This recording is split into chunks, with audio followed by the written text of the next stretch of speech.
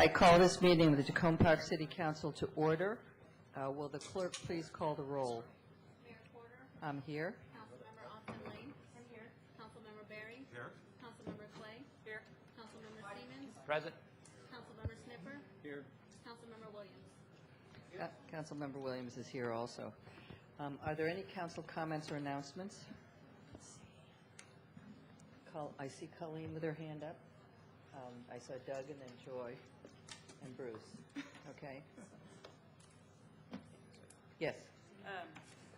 So the only comment I had is that the last 3 times I've been to the community center, there have been young people in the, God, I'm bad at age now that I'm old.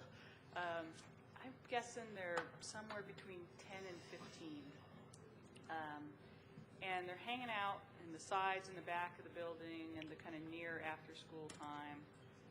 And they're not associated, as far as I can tell, with the recreation department program or any kind of a program, but they're getting into trouble out there. And I talked to the rec department about it, and I guess they have some fairly regular communications with them, and then sometimes the police come out and disperse everybody. But I was there on Thursday at about 5:30, and they were out in the back throwing rocks at all of the people's cars back there. And so I went down and got the police to come out. But it seems to be a pattern. I don't know if we can find a way to engage them in some of the programming or have some supervision, or maybe we need some cameras in the back so we can tell when people are out there, so we can send some folks to either bring them in the building or send them home. Staff's aware of the problem, and we've been working on all of those options. We certainly do have cameras. We do know who a number of the young people are. We try to do our best at getting people into programs, but we can't necessarily make them do that. And sometimes we do have police action if necessary. I'll bring it to the city manager's attention. It continues to be an issue for you. Doug?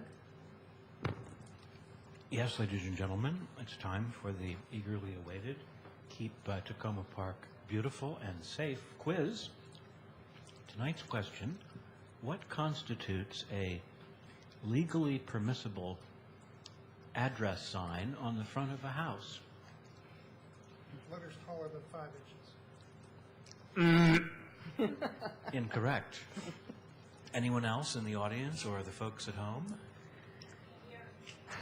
Can't hear? The question is, what constitutes, within the city law, a legally permissible house number or building number? No, I wasn't going. I was. Sorry? Height of the letter is not part of it. That's close. Yes, visible from the street. What makes it visible? Lighted. Neon? No. What makes it legal is contrasting colors. In other words, you wouldn't put black letters on a black background. And I hate to admit, but my number sign on the outside of my house is not compatible. I'm admitting it tonight for all of you, even though some comments have been made that I've been meaning to talk to you about it. that are akin to calling me a code enforcement Nazi. The fact is that I'm not in compliance, and I'll have to change mine right away, because I think I do have black letters on a very dark background. Why is this important to have a sign that's visible from the street? Right. Emergency providers need to be able to see that number so that they can call and request help for you. So that's the quiz. I know you're all thrilled at the amount of knowledge that's pouring forth here. We're thrilled to know that you indicted yourself. And I'll have mine fixed by next week. Okay. Joy? Just wanted to make a comment to the City Council to keep you aware of an issue that is a hot topic in one of the adjoining schools. Tacoma Park Elementary is discussing, the school system is discussing with the community different options for expanding and getting rid of the portables that are in place, and the proposals would involve construction over a number of years. The issue is whether the students would have to be bused to a different school, and it's being proposed that Grosvenor is the nearest school where there would be a vacancy at the right time. So this is something that may come before the council as the community explores the options. And since we adjoin them, and there is a variety of space, open space, and fields and things like that, I think that we may need to be briefed on this as the community discusses various options that would impact the city. So do want you to know about that. I'm on the email list and can forward you any critically important emails, but I hope I'm fairly summing up the conversation that has been going on over the last week or so.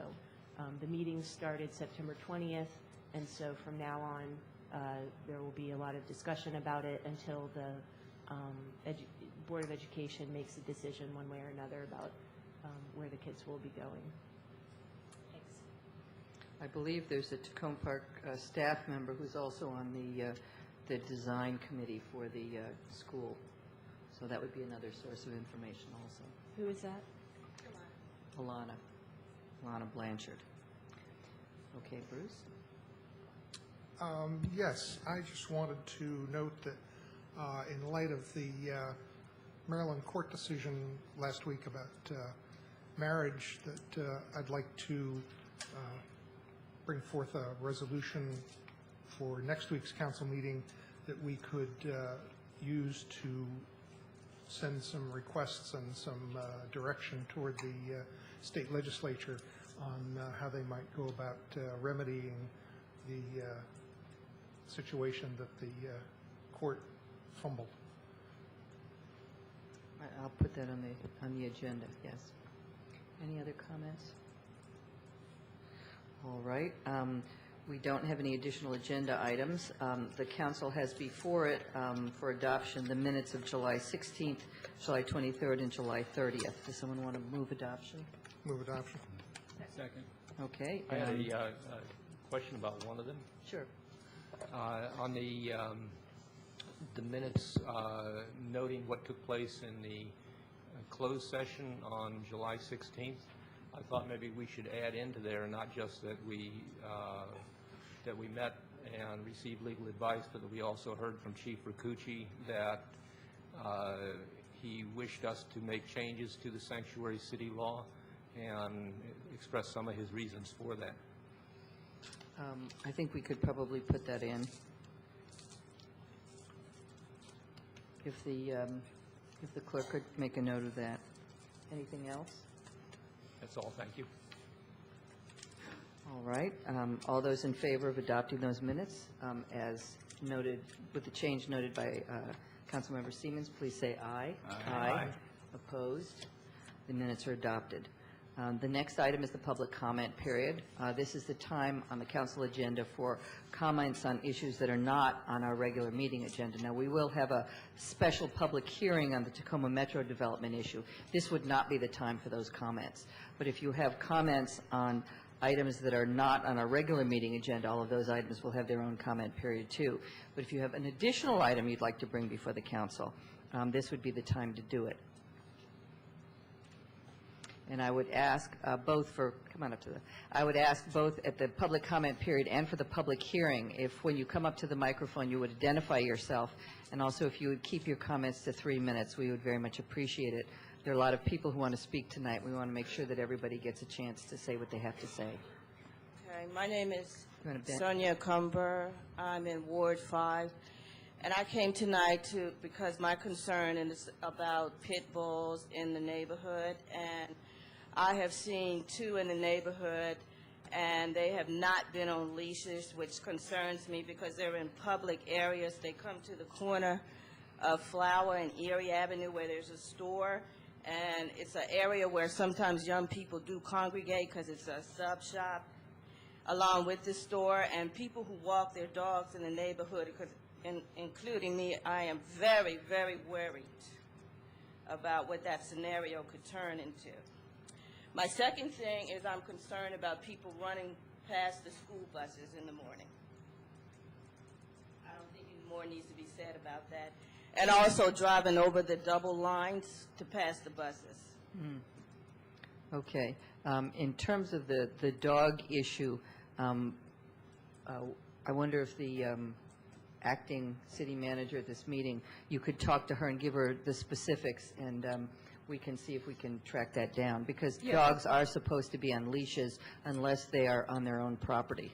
I did call one day because one of them looked like he was injured, and just the way he was looking at me. Okay. And, you know, he was limping and had something wrong with his eye. I just said, this is not needed in the neighborhood, and was wondering if something could be done to say that, you know, you can't bring them in public areas. They need to be retained in their own yards or whatever. I'll be happy to speak with her. Okay, good. That would be helpful, I think. Anyone else? Anyone else have any public comments on items not on the council's agenda? All right, seeing none, does the acting city manager have any?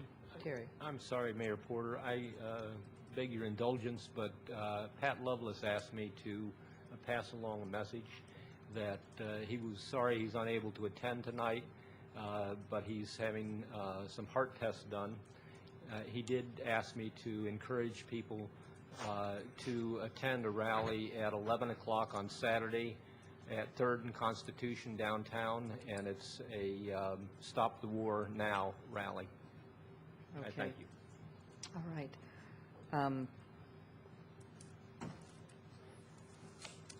Are there any comments from the acting city manager? Yes.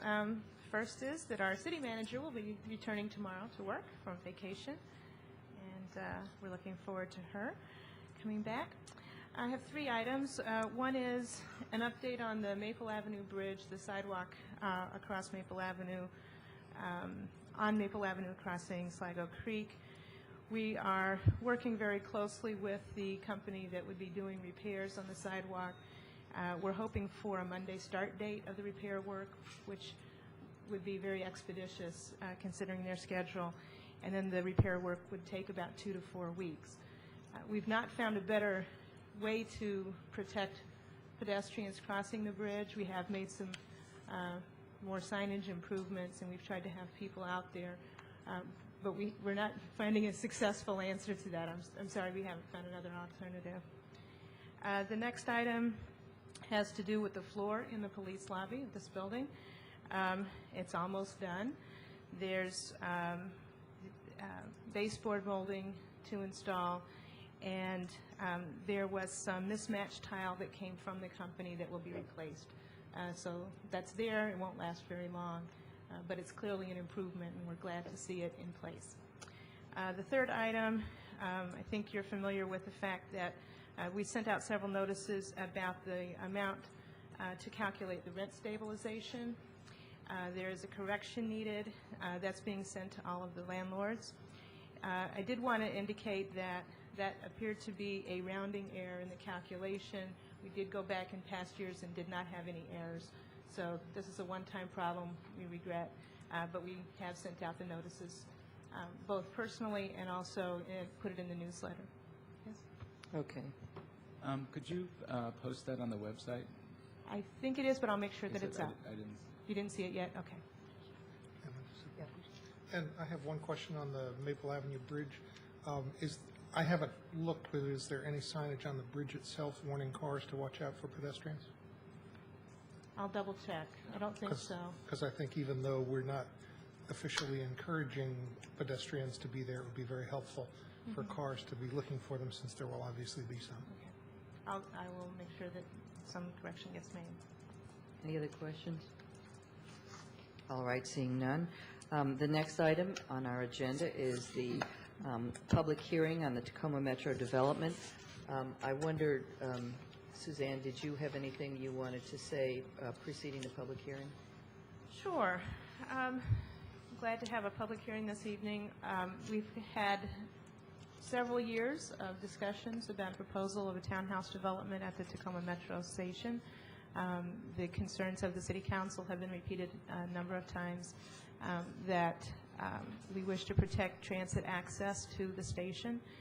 And in last October, there was a public hearing in front of the WMATA board, at which there was an overwhelming turnout of people stating that transit needs to be considered before a decision would be made on selling property at the site.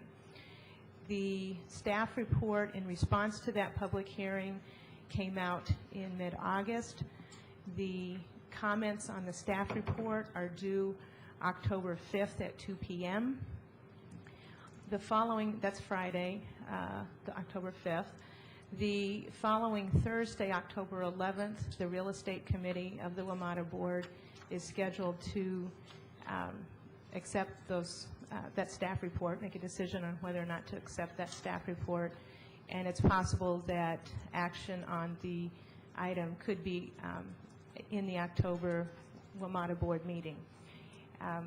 The information that we hope to gather tonight would go into a resolution to be heard later to be discussed later this evening from the City Council to the WMATA Board, and I guess that's about all to say. The council is also planning to submit its own comments, which will be finalized. On the staff report, yes. On the staff report. If you want to look at a copy of the draft resolution that we have in front of us, it's up there in the little racks on the side wall there.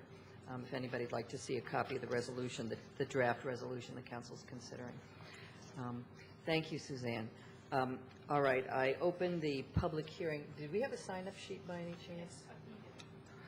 What we often do at public hearings is we do a sign-up sheet, because very often there are quite a few people, and you know, we try and impose a little bit of order on the order in which people speak. It also helps us to get people's correct spelling of their names and other information.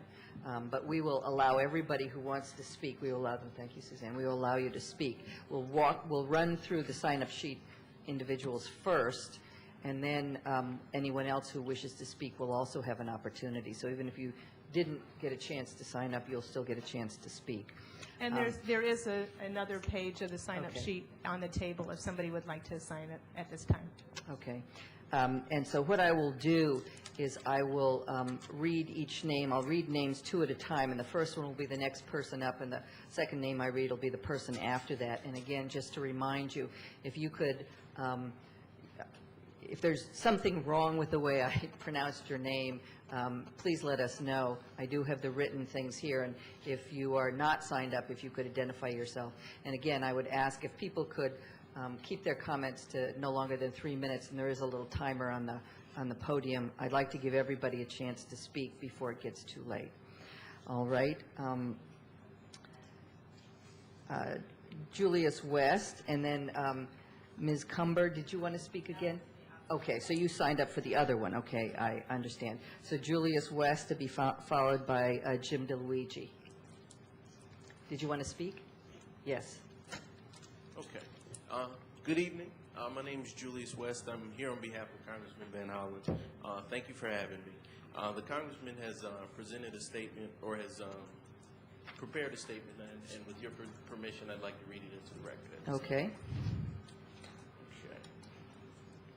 I would like to thank the Tacoma Park City Council for holding this public hearing tonight and for giving interested residents the opportunity to voice their views on the proposed development of the WMATA property at Tacoma Park Metro Station. It was nearly 1 year ago, last October 11th, that many of us presented testimony to the public hearing hosted by WMATA on this issue.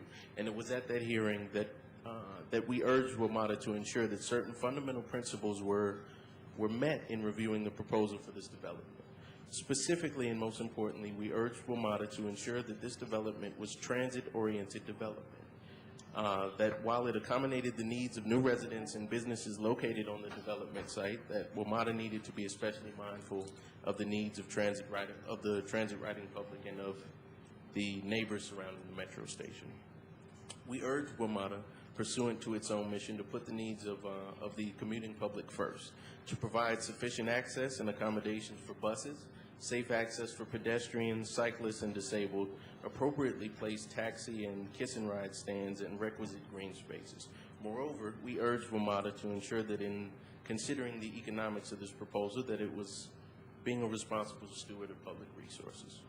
Unfortunately, it does not appear that these requests have been appropriately considered by WMATA, as reflected in its staff report. I will be presenting my views on the WMATA staff report by letter to WMATA prior to October 5th. And in that letter, I intend to remind WMATA of its mission and urge it to ensure that these fundamental principles be honored and that the pending development proposal be reconsidered.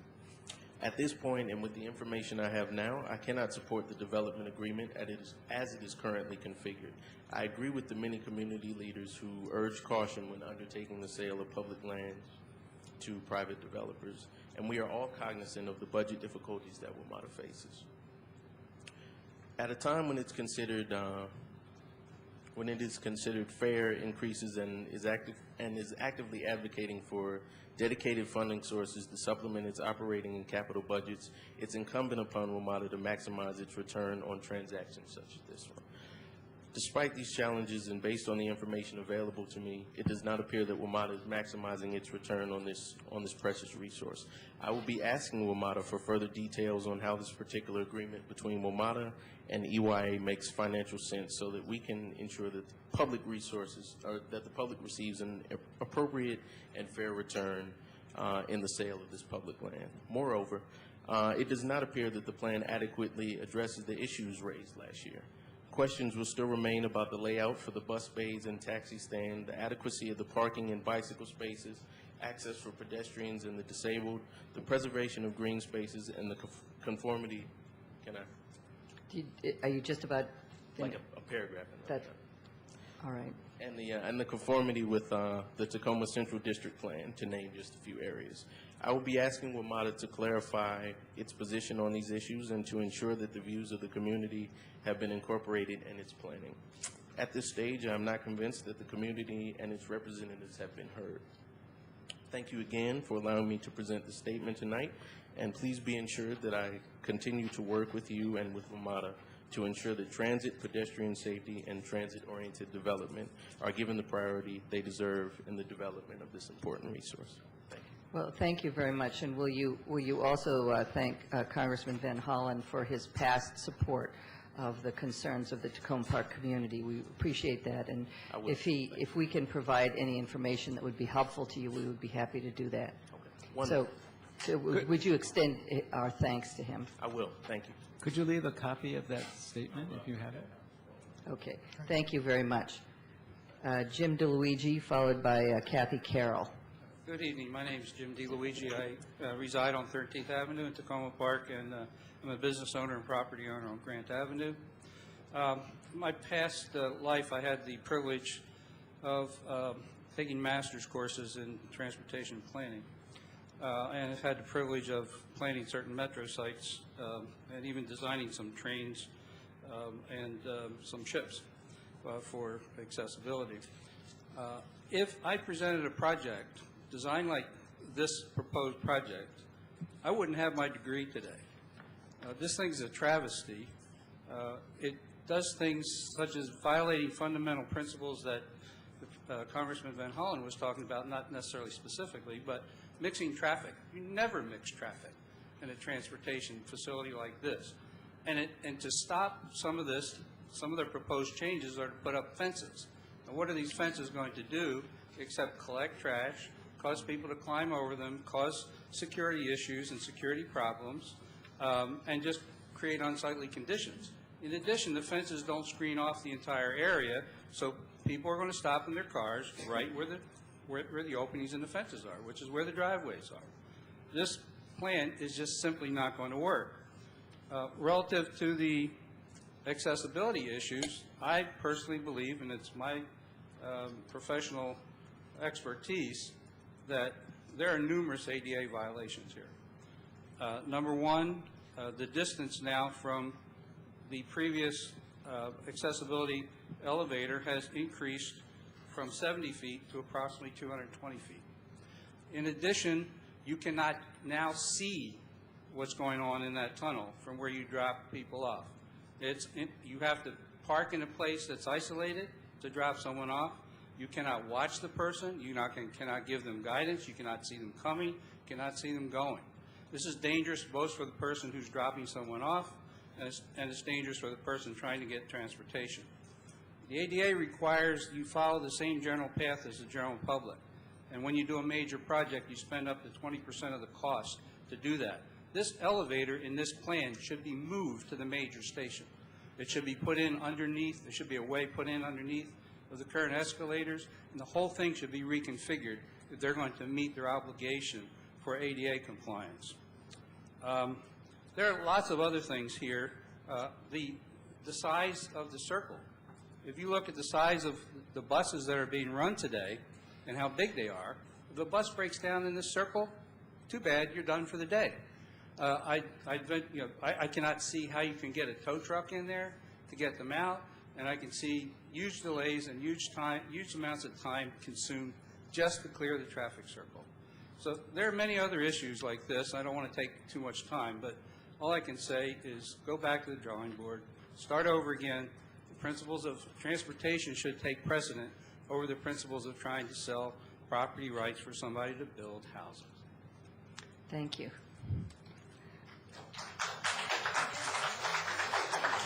Kathy Carroll, to be followed by Peter Banwell.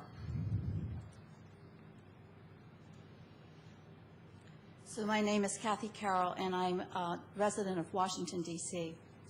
And I'm here because I'd like to, first of all, thank you for representing, being a governing body that represents the views of most of the citizens in this area. Because it just, you've held on to it for years now, and I'm really grateful to you. My children are the fourth generation in our house on 6th Street and Piney Branch, and we've seen, and as have our parents and grandparents, many changes over the time. But when you see that there's a very special place, like with trees and with grass, that it has lasted and was taken by eminent domain, it would be wonderful if that property could be continued in the future for generations to come. I know of, Lex Ulibarri, who's going to talk soon, has made a design really based on a suggestion of Jim Graham. Why not build on top of the pavement rather than take away more of our grass and trees? And if you have to build, why not build on something that's already been covered over? And I support that. And again, I'd just like to express my appreciation to all of you for holding on to this like a dog who won't let go of a shoe. Please keep it up. Thank you. Thank you. Peter Banwell, to be followed by Lex Ulibarri. Good evening. Hi, I'm Peter Banwell. I live on Cedar Avenue, and just have a couple comments. I appreciate the opportunity to address you all tonight. First of all, I think you shouldn't let EYA hide behind this concept of smart growth. I would counter that based on everything that's been presented, this is more appropriately dumb growth. It's dumb because it hurts transit, destroys green space, and it has access issues for disabled bicycles, et cetera. Smart growth is a sort of a nebulous concept, and it does not include things like destroying transit or green space. The idea is that it's a mixture of development surrounding transit. Nowhere in smart growth are the words that everything must be paved or every single space must be covered with housing. So I'm not anti-growth, but I think this is a really stupid plan, and you should make it clear to WMATA that you disagree with it. We have seen alternative proposals, and we may see more of that tonight. I don't know if Lexi's going to present his idea, but the OTRA board, the Old Town Residents Association board, had a look at some plans that looked fantastic for that very area that would preserve a lot of the space and put housing in there and really make everybody's needs met. In terms of what to do, I would just recommend that they just, recommend to WMATA that they fouled up the process and they should start over. Planners should be involved. The surrounding communities should have their opinions heard. They're really taking the steamroller approach. EYA really only does one thing. They build townhouses, and that's what they want to do. So asking them to redesign is like teaching an old dog a new trick. They're not going to do it. They're going to try and put in a couple new bike lockers and do a little window dressing. They're not going to come up with a new plan. They're capable. So start over, get some good planners and designers involved, and I think the community may find more support for that. Thank you. Thank you. Lex Ulibarri, followed by Josh Wright. Good evening. I'm Lex Ulibarri. I am on the board of Historic Tacoma and on the Friends of Tacoma Transit Committee, who have presented an alternative design to the Metro site and a concerned citizen. And I thank you all for your time and your persistence in pursuing opposition to the EYA-driven WMATA intention for the Metro site.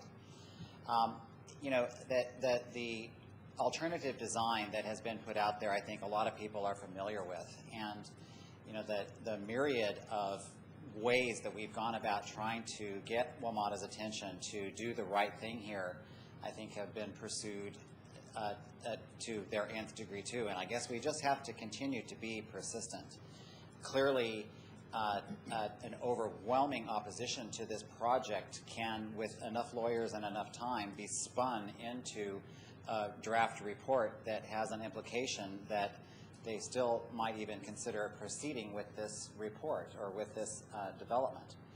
I think the possibility of this body getting some attention from the WMATA board regarding their presentation of the draft report at a time of year when most of the city was out of town, and that the possibility of them actually recognizing any input that the citizens might have in a matter of days before they would actually vote on it is absurd.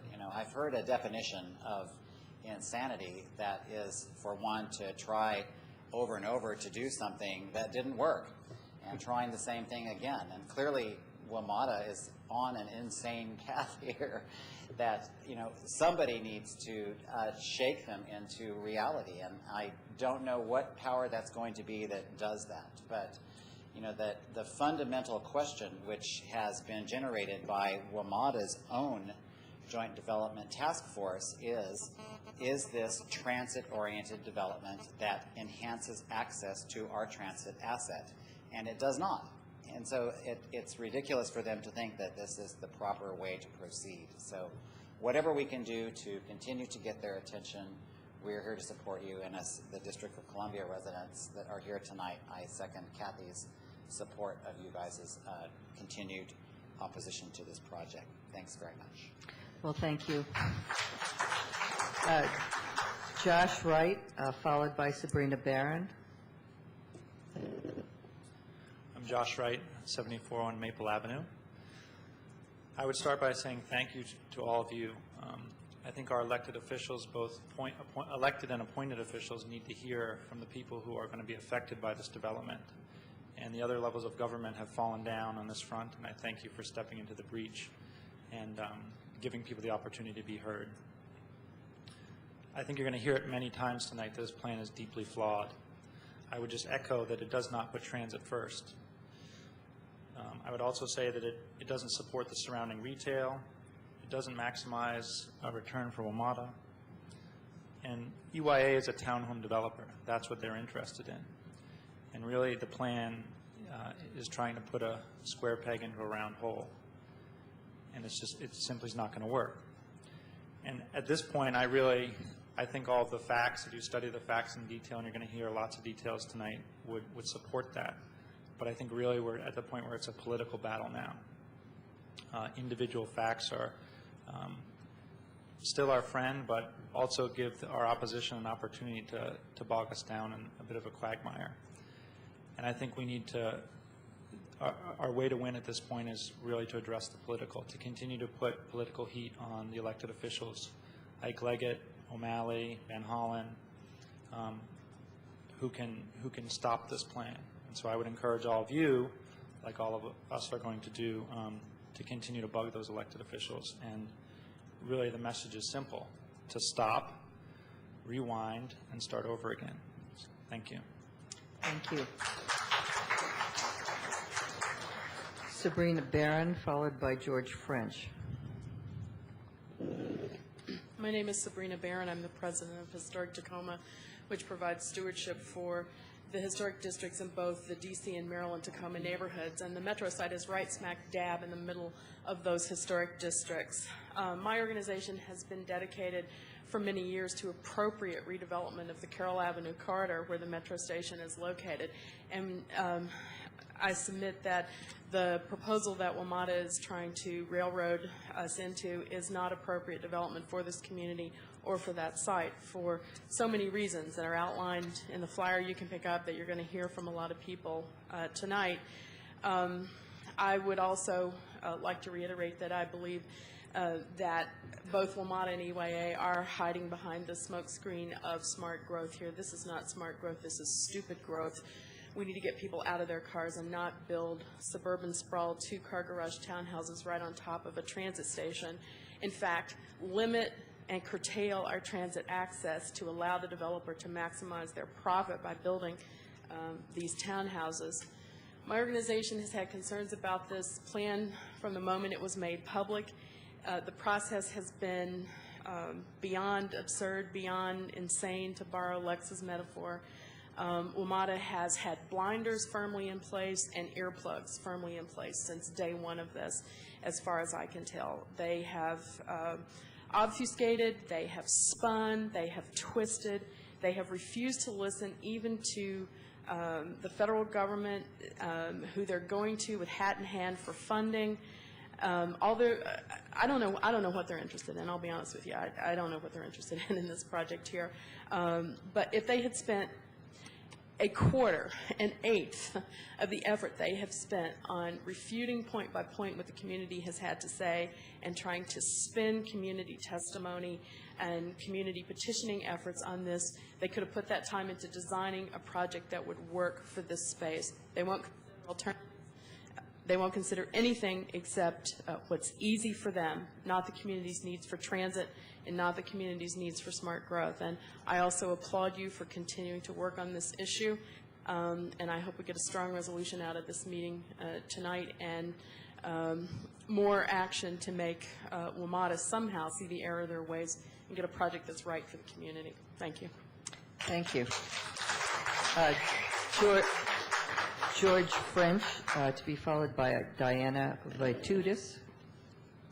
George French of 510 Albany Avenue. I'm speaking for myself and Marcia Stickle. We've been in this struggle since the beginning and realized no amount of tweaking of the WMATA EYA plan will be acceptable to us. We, as concerned community, can do a lot better. Neighbors of Tacoma Transit, who we commend for their relentless pursuit of a desirable solution, have analyzed the WMATA EYA plan thoroughly, and we agree with all of their points. In this EYA ad from the Post, it shows as much parkland as development, and the houses are oriented toward this park, as are all the decks of the homes. Also on their website, their Falls Road development in Rockville touts over 80 acres of open space.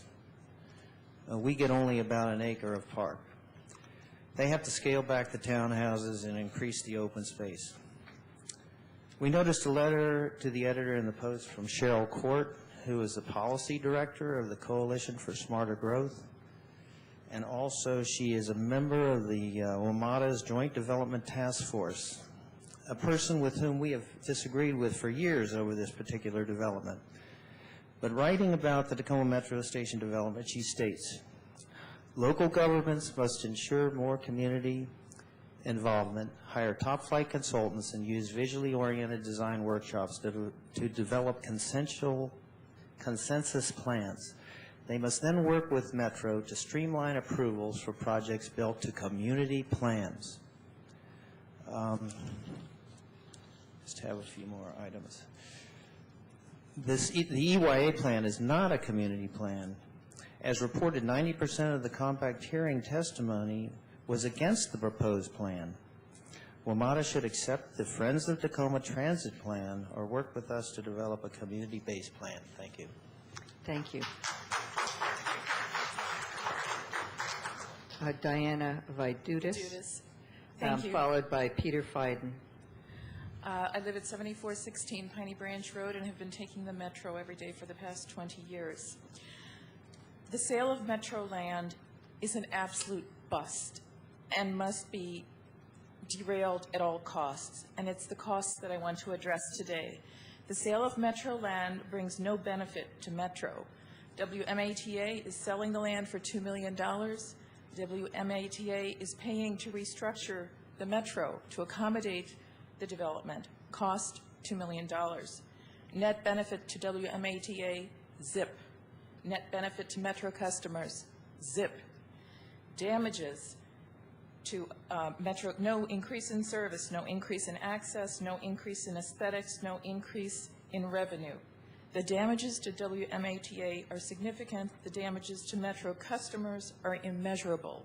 Immediate damages, loss of half of parking spaces, loss of separate bus and kiss and ride approach, loss of 200 plus that currently filter smog and fumes from the buses and traffic, loss of stormwater absorption by the acreage currently surrounding the Metro land. Future damages, loss of any possibility of bus lane expansion, loss of an oasis from encroaching development. The mission of WMATA is public transportation. WMATA is turning its back on the public and reneging on its responsibilities to safeguard and enhance limited transportation resources. Thank you.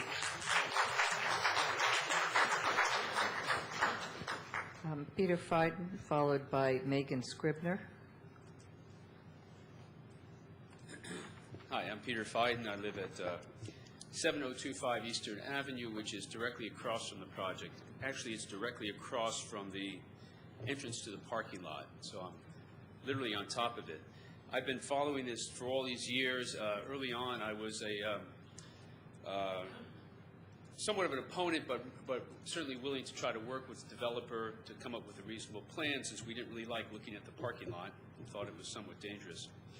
I was incredibly naive to believe that through the years things would really change. Nothing has virtually changed in 7 or 8 years of dialogue. I find it really disheartening and depressing that we continue to waste all of our time, working on trying to improve a project where WMATA and EYA make the most modest changes around the edges that are totally insubstantial. So I think the City Council needs to continue to fight this and hopefully try to kill it, and maybe something better will come out of the ashes, because the partnership between EYA and Metro is absolutely determined to build 85 townhouses, come what may. So your effort is needed now, and it's going to be needed in the future. The latest manifestation of this desire to keep the number of units at 85 or thereabouts was my review of the latest report that actually squeezed our right-of-way by another few feet, pushing the traffic even closer to our house in order to have a couple more feet for development. I think this is just emblematic of a developer that is indistinguishable from Metro, totally indistinguishable, partly because of the financial underpinnings of this deal, that makes it almost impossible for a citizen to find any advocate in the public sector beyond this city. So I really encourage you to continue your fight and expect that it's going to have to continue at every stage along the way. And I'm speaking for someone who is fundamentally not opposed to some sort of reasonable development, but have been driven into this totally adversarial position because of the total unwillingness of Metro/EYA to really hear the community out. Thank you. Thank you. Megan Scribner, followed by Chris Simpson.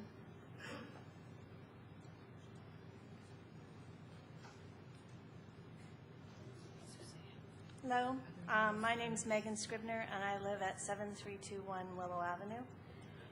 And I first want to thank you all for all the effort that you've done already on this issue and the support you've given to in opposition to the EYA plan.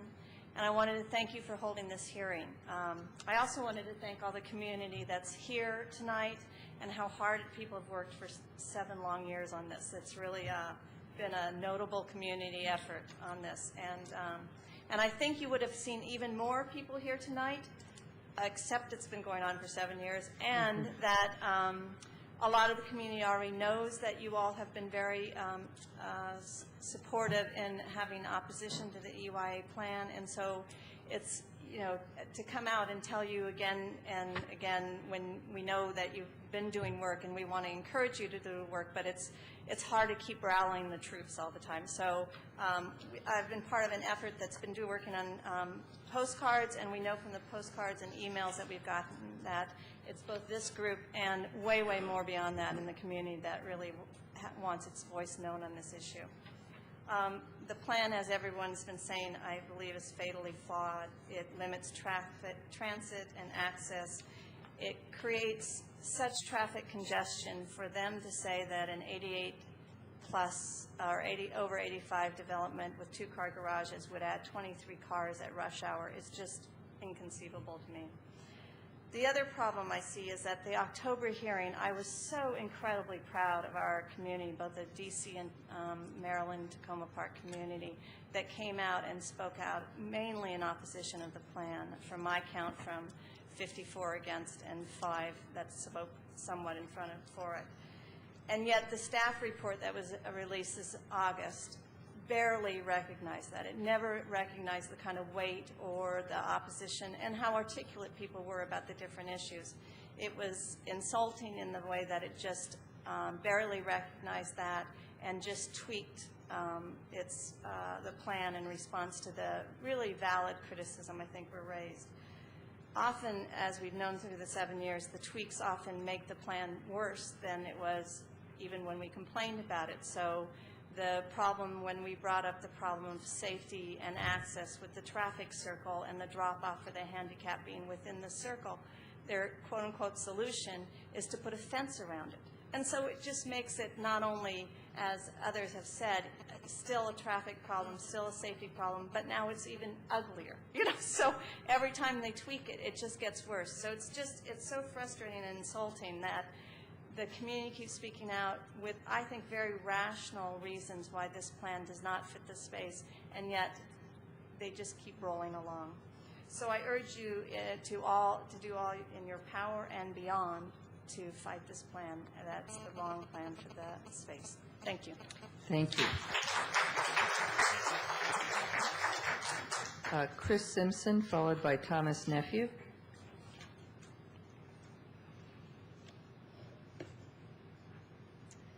Good evening.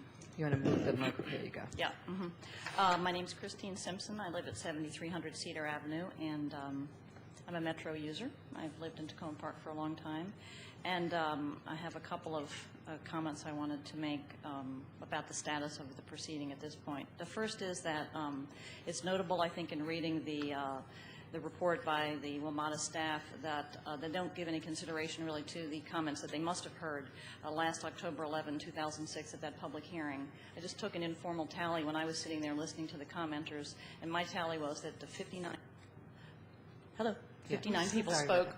59 people spoke at that hearing, and 4 of those 59 spoke in favor of the EYA development. That's just my own tally.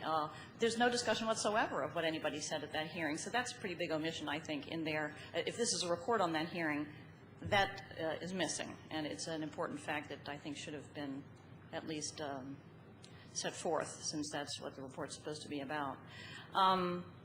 There are a number of shortcomings, obviously, in the EYA plan, and I think that you all know most of them. I don't have to really go over list. I think one of my main concerns is living on Cedar Avenue. That's a street that is, I live about 2 blocks from the Metro site. Under the current proposal, each of those townhouse units will have a 2-car garage options. That's a lot of cars on my street, and they're not going to be taking the Metro to the grocery store. So I'm deeply concerned about congestion of the roads. We all know Blair Road is packed up there in Eastern Avenue, but I think the more distant roads will also be adversely affected. They're not equipped to handle that kind of traffic. It's not necessary in a development up there, and I think there are better alternatives to that. The other thing that I just wanted to mention, and I think it's appropriate to focus on the deleterious transit impact of this design, but I don't think it's unreasonable for those of us who live and look at that site, even though we don't live in the District of Columbia. It's not unreasonable for us to have feelings about how it looks up there and the attractiveness of it. And I don't usually go in that direction, but I do think that I do live in the community. It's true, I don't live in the District of Columbia, but I do care that what happens up there on that location is attractive, that it's suitable for our community, that fits in with our lovely neighborhood, the Tacoma DC neighborhood. And I don't like being told that I have no say about it just because I don't live in the district. I think it's appropriate for us to insist on that, and I'd like to be heard on that, and I appreciate you, knowing that, taking a position on it and trying to be heard as well. I did notice I've just very briefly looked at the resolution that you've drafted, and it's very impressive and it looks very good.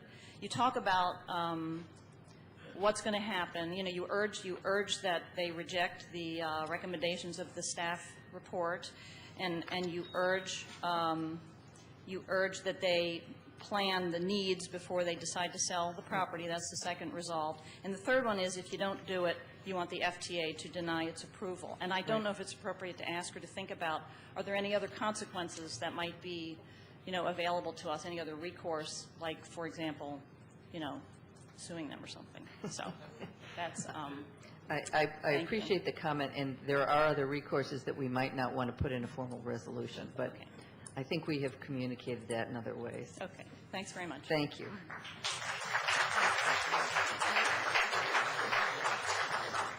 Thomas Nephew, followed by Richard Holzinger.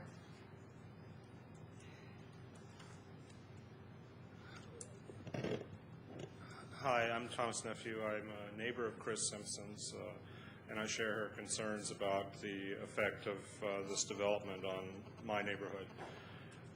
I think it's going to cause too many cars, and it's just bizarre to me that they would design a development like this that would have that many cars right on top of a metro stop.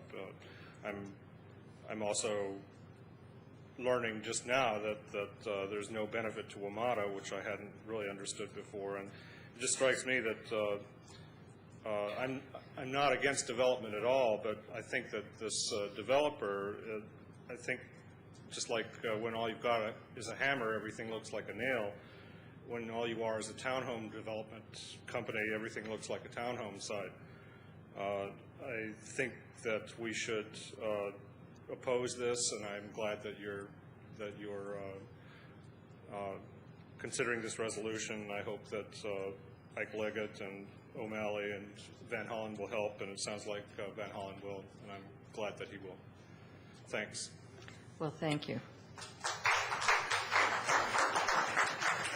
Richard Holzinger, followed by Sarah Green.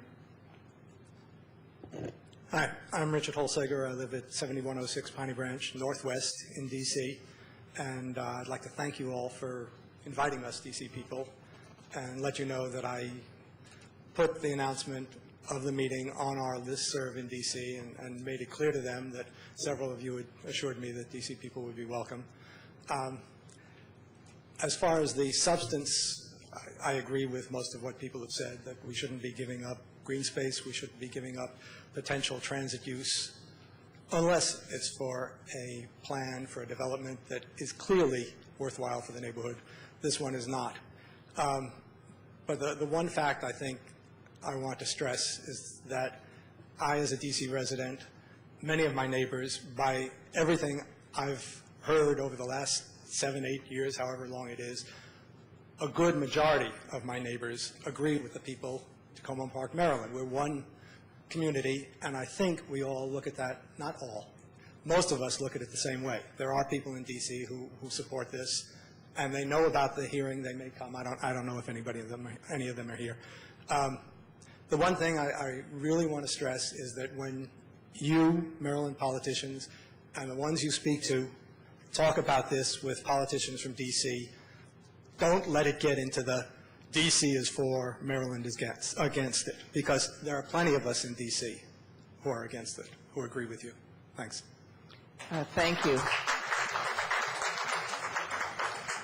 We're very happy to have our D.C. neighbors here. I think we very much are all in this together. Thank you. Sarah Green, I want to welcome ANC Commissioner Sarah Green. Thank you for coming. Thank you again. And not to use a lot of time, I haven't heard a single thing tonight that I disagree with, but more importantly, I haven't heard a single thing tonight that I think my neighbors would disagree with. Advisory Neighborhood Commission 4B includes the metro station. We hook around, we go up Eastern Avenue, we go all the way down to Georgia Avenue, we go in front of Walter Reed down to Dahlia. That's the community. And the overwhelming majority, I've lived in the community over 30 years. I've been a commissioner now this round a few years, go to a lot of public meetings about this stuff, and I can tell you that the community in ANC 4B 01 does not support this proposal. It is absolutely overwhelming. Whenever you talk to people, they just laugh. And I also wanted to thank you and hope that you would continue to do what is an arduous, unpleasant, tiring thing, and that is to continue to fight this. I also wanted to thank Suzanne Ludlow for the hard work she's put into this. I was incredibly impressed with the testimony that she gave at the October 11th public hearing last year. I thought it was dead on, it was professional, it was it was really well delivered, and I think that from looking at the faces of the people on the WMATA board, I think it hit home. If this case were being weighed on the merits, do you want two-car garages next to the metro station? Do you want to build up a tiny piece of land so that when gasoline is $8 a gallon, there's no space, there's no room for any more buses? I mean, all of this stuff. If you looked at it on the merits, I don't think we'd be here. We wouldn't be here. There's something else going on, and our job as residents and as taxpayers and as whatever, elected officials, is to just say no. And the last time I talked with Jim Graham, the D.C. City Council, who was a very big advocate for this proposal, he looked at us, and he's a very charming man who does not want to listen to us at all, and he said, "You guys in D.C.," he said, "what is this, the third meeting we've had? You're not giving up on this, are you?" And I said, "No, we really aren't." And I really hope that you will just continue to do the heavy lifting. And thank you very much. Thank you so much. We really appreciate everything you're doing. Thank you.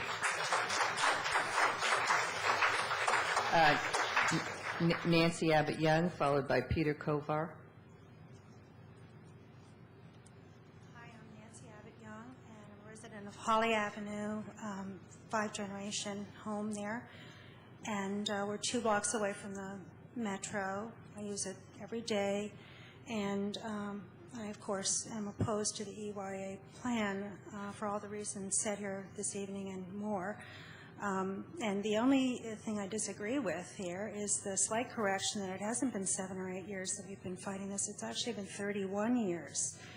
And I was thinking before, I hate to think of myself as the only surviving member of anything, but I think I actually might be the only surviving member of the Citizens Committee on the Transit Plan, 1971-72.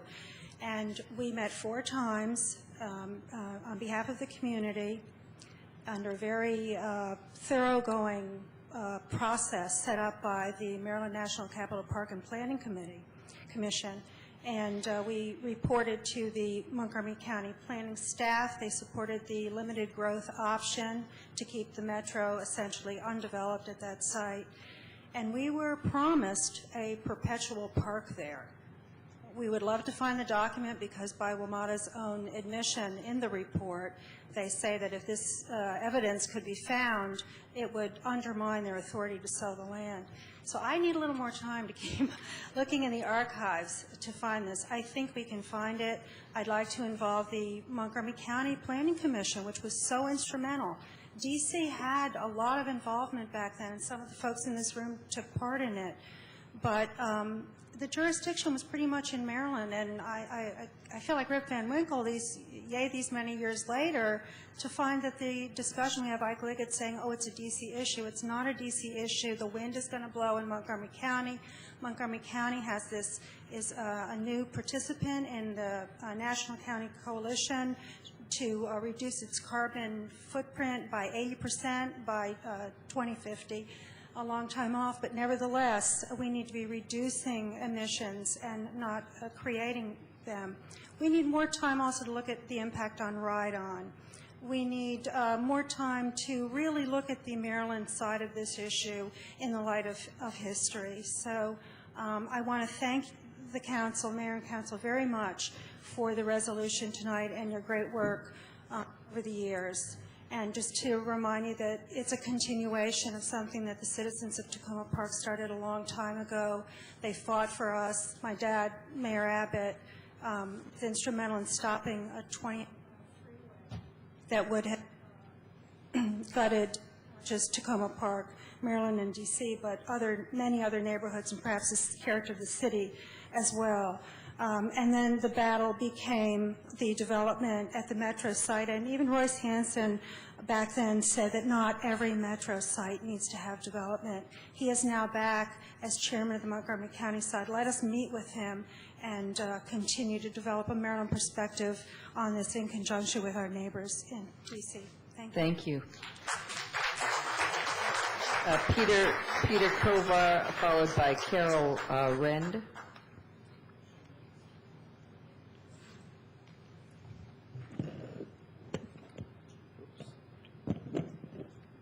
Hi, I'm Peter Kovar, live at 7112 Holly, which is 5 houses from Eastern, so a little farther from the development than Peter Fiden, if he's still here, but we're close by. We've been there about 15 years. My wife takes the Metro all the time. I do sometimes. When I don't, I drive, and the traffic's already pretty bad, and there's usually a couple of buses parked every morning in front of a 7-Eleven that I don't know if they're waiting there because there's no room over where they're supposed to be, or maybe the guys are getting coffee, but the traffic's already pretty bad. I don't want to go through all of the things everybody else has said about why the plan is bad. I think it's pretty obvious. I think the resolution does a good job of explaining exactly how it's bad and how it doesn't match up with our transit needs. But I think the resolution is a really good example of how a democratic process can work, and it really hasn't up until now. So I think it's great that you are all doing that. And I just think back, I know a lot of people here have been to more public events than I have been about this, but I can think of at least 3. There was a presentation here by EYA, and then there was a presentation, or actually a public sort of charrette workshop over, I think it was at the church on Piney Branch, and then later on the public meeting that people have alluded to. At least those 3 I know I've been to. And in each case, I think there was very overwhelming opposition, thoughtful, though rational, opposition expressed to the plan. And I think, as other people said, sometimes we got these tweaks, but there's no real sense that people were heard at all, or that the democratic process was actually working. What's happening today with this resolution is a change in that, a difference in that. And I don't mean to say that the council hasn't been pushing for that all along, but in some ways that history is sort of symptomatic of the project itself, because with the exception, I guess there are those D.C. apartments over there, but really the way it's set up, the impact is more on Maryland residents, even though the whole thing is within the district. And I don't want to play in, which other people mentioned, that district Maryland battle, because there's obviously people here from the district who like it, who are opposed to it, but and agree with us. But I think the fact that it's something which really affects more than anything, district, Maryland residents, and yet it's located in the district, that has just continued as these various public meetings have taken place, and there's always been overwhelming opposition expressed, and we've never really seen any acknowledgement of that, right down to the report, which is just a really poor reflection of the opposition that was expressed there. So I'm glad that the resolution is going forward. I hope that continued pushing will pass it today and eventually will prevent this from happening. Thanks. Thank you. Carol Rend.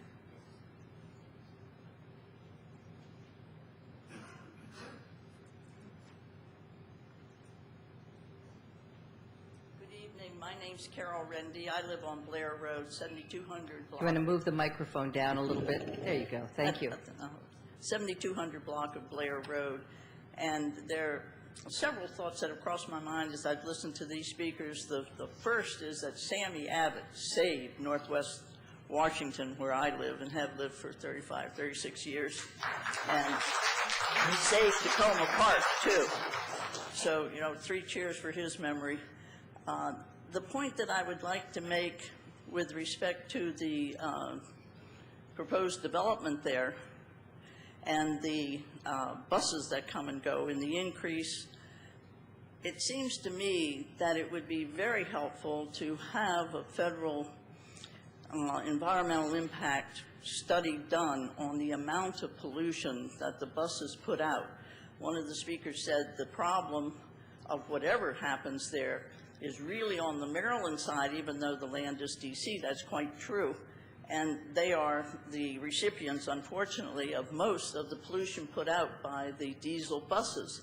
The particulate matter that comes out of those buses is just horrendous. I use the Metro, not as frequently as I used to, but if you are standing waiting for someone in that patio area and the buses come and they idle, and depending on which way the wind is blowing, you physically move yourself in order to avoid having to inhale the fumes. And I would think that that would be something that WMATA would be interested in, certainly the council. And that leads me to my next point, which is to thank the Tacoma Park, Maryland Council so much for doing what it's doing and standing firm in its belief that it can bring about decent change at that site, if any.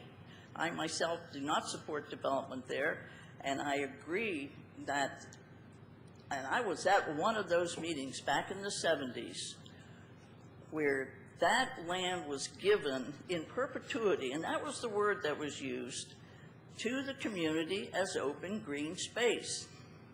The recognition of green space as something that is good for children, good for all humans, good for animals, good for the environment, is something that it seems to me is worth considering. The fact of the point that was made with regard to the amount of money, you sit back and you wonder, why is this guy who's this townhouse developer still here? The people who are going to put up condos have now changed, they're going to put up apartments. Why? Because the market is declining. And he still, or they, are still just sitting there, and it's like, what the hell kind of sweetheart deal do they have going on that they can just sit there, and they just sit, and WMATA continues to say, it's okay, go ahead with your building. And it's like, no, it's not okay. It doesn't even pass the laugh test to have 2-car garages sitting on top of a metro station. It's beyond belief. I will stop, and I will thank the Tacoma Park the Tacoma Park City Council once again for its support of we in D.C. who can't get ourselves together to fight this damn thing with respect to our own city council. Thank you. Thank you. That's the end of the list of folks who have signed up. Is there anyone else who would like to speak? Yes. Oh, I'm sorry. There's another list.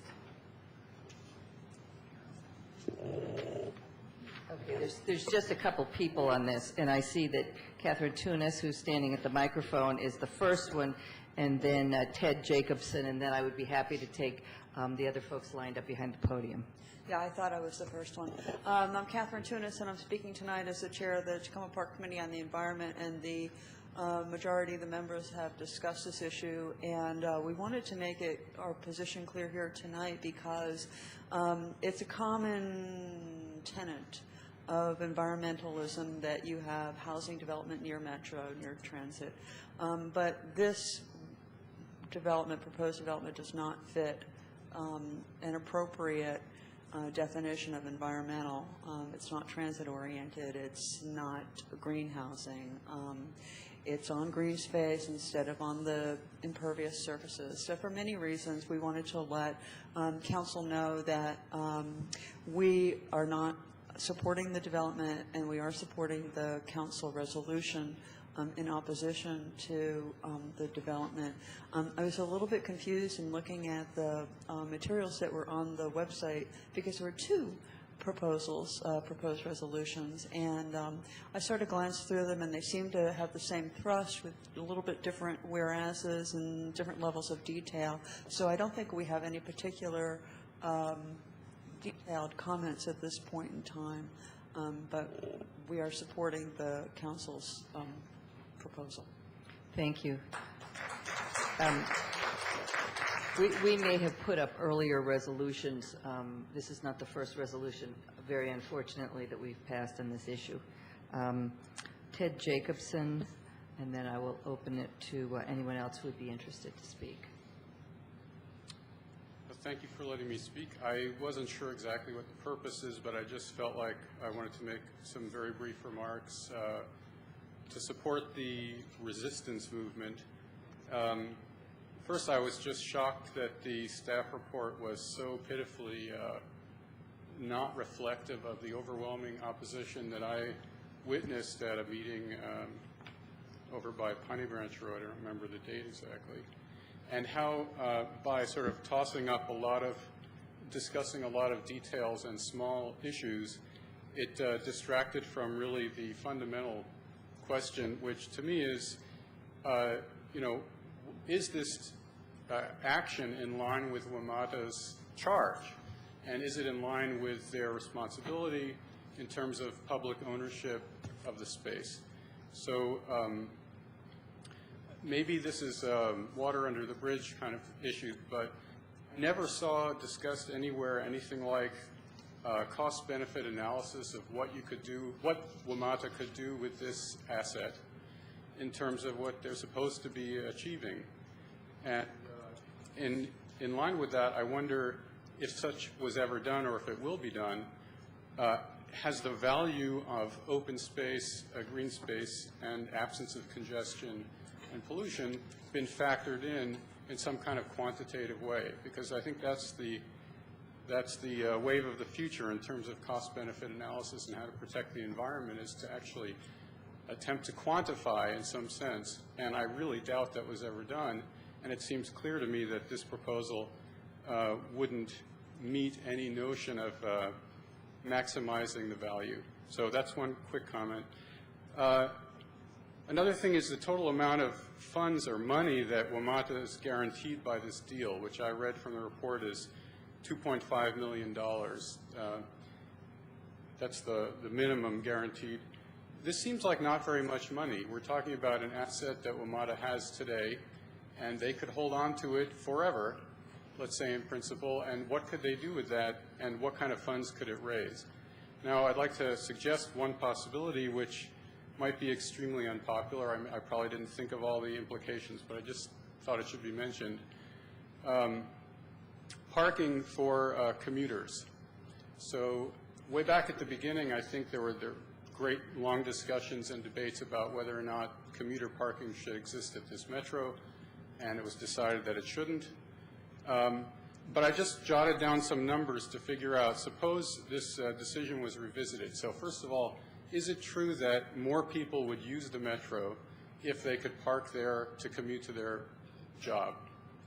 If it's true, then how many, and are these people that would be paying parking fees as well as metro fares?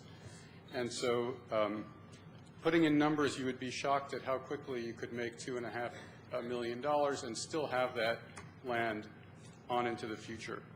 And the last quick comment, I think that means my time ran out. Yeah. It's just, has a study been done of how much bike parking is really needed and would be used? It seemed like a blithe dismissal of the bike question in the report. Thank you. Thank you. Yes. Anyone else like to speak? Francis? Francis Phipps, 7210 Holly Avenue. I guess knowing that this is on the schedule for WMATA to vote, the real question is, what can we do now? I'd like to make a suggestion. Thanks to the continuing fantastic support of our Congressman Van Hollen, I think we have a real opportunity. Thanks to the fact that we now have strong representation at the state level in our congressional or local elected officials, I think we have an opportunity. If our 2 Maryland board representatives vote no, this will cause a war. Because traditionally, it is you stay out of my territory. If 2 of the local jurisdiction in which the project is are going to vote for it, other jurisdictions do not vote against it. We've always run into that blank wall. However, I think it incumbent upon us to get to the governor, to get to Ike Leggett, to use our resources of our congressional and our state delegates to get to these people, to direct our Maryland board members to say, we are not prepared to vote on it at this time. If the vote does not go forward, this is deferred. I think the best we can do right now is to defer it. And I think it would be incumbent and the nicest way to do it, because it's an old boys club. The WMATA board is an old boys club. Jim Graham has made it very clear that there will be retribution against Maryland if they vote against this. I think the best thing we can do in terms of strategy at the moment is to say, get our people to let them know we're not prepared to vote on this at this time. We will when we have answers to some of the questions that the congressional letter will raise. And I think if we give them that type of out, they may defer it. Other than that, we're passing a resolution that is simply words. We've never been in a stronger political position. It's time to use it. Thank you.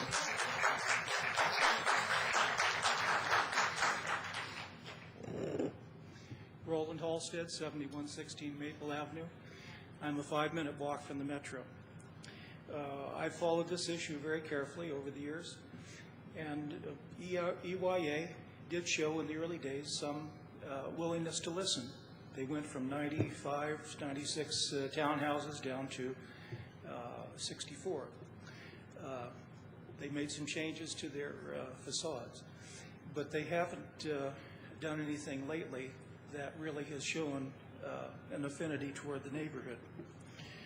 We've had several business cycles that have gone through, which have caused land values to go up and a little bit down, but anything near a metro is going to be valuable property, and it should be looked at in terms of the long-range future. I'm not sure that WMATA has taken that responsibility they have, that fiduciary responsibility, and used it properly. At one of the early meetings we had over on the D.C. side, WMATA didn't even show up. So it showed that they weren't interested in listening to community comments.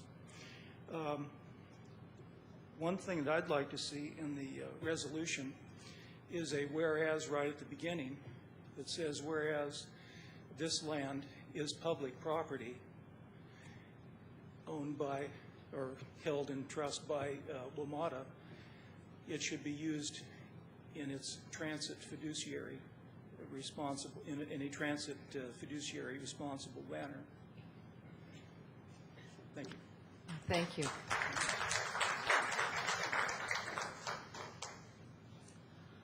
My name is Eileen Sobek. I live at 7637 Carroll Avenue. I just want to support the views of Friends of Tacoma Transit. I think that transit has to come first.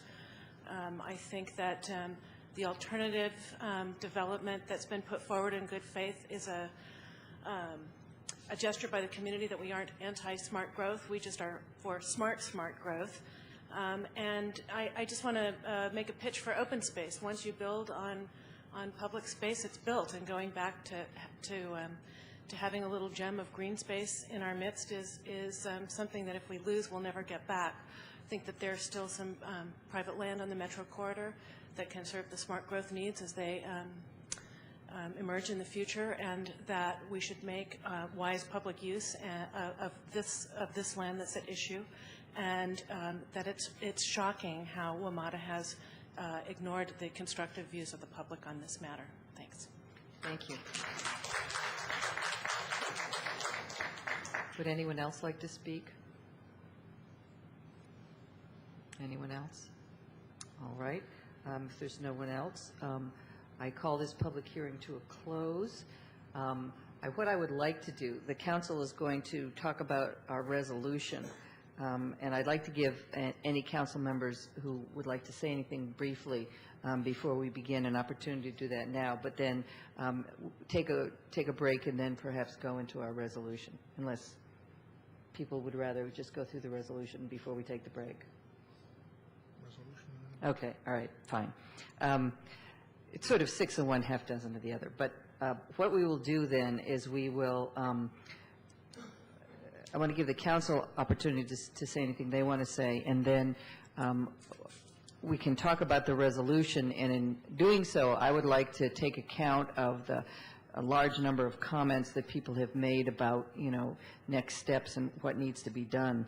And I'd like to start by thanking everybody who came, and I acknowledge that many of the people who came out tonight get absolute gold stars because you have been to so many meetings on this issue that you probably could write the WMATA staff report better than the WMATA staff.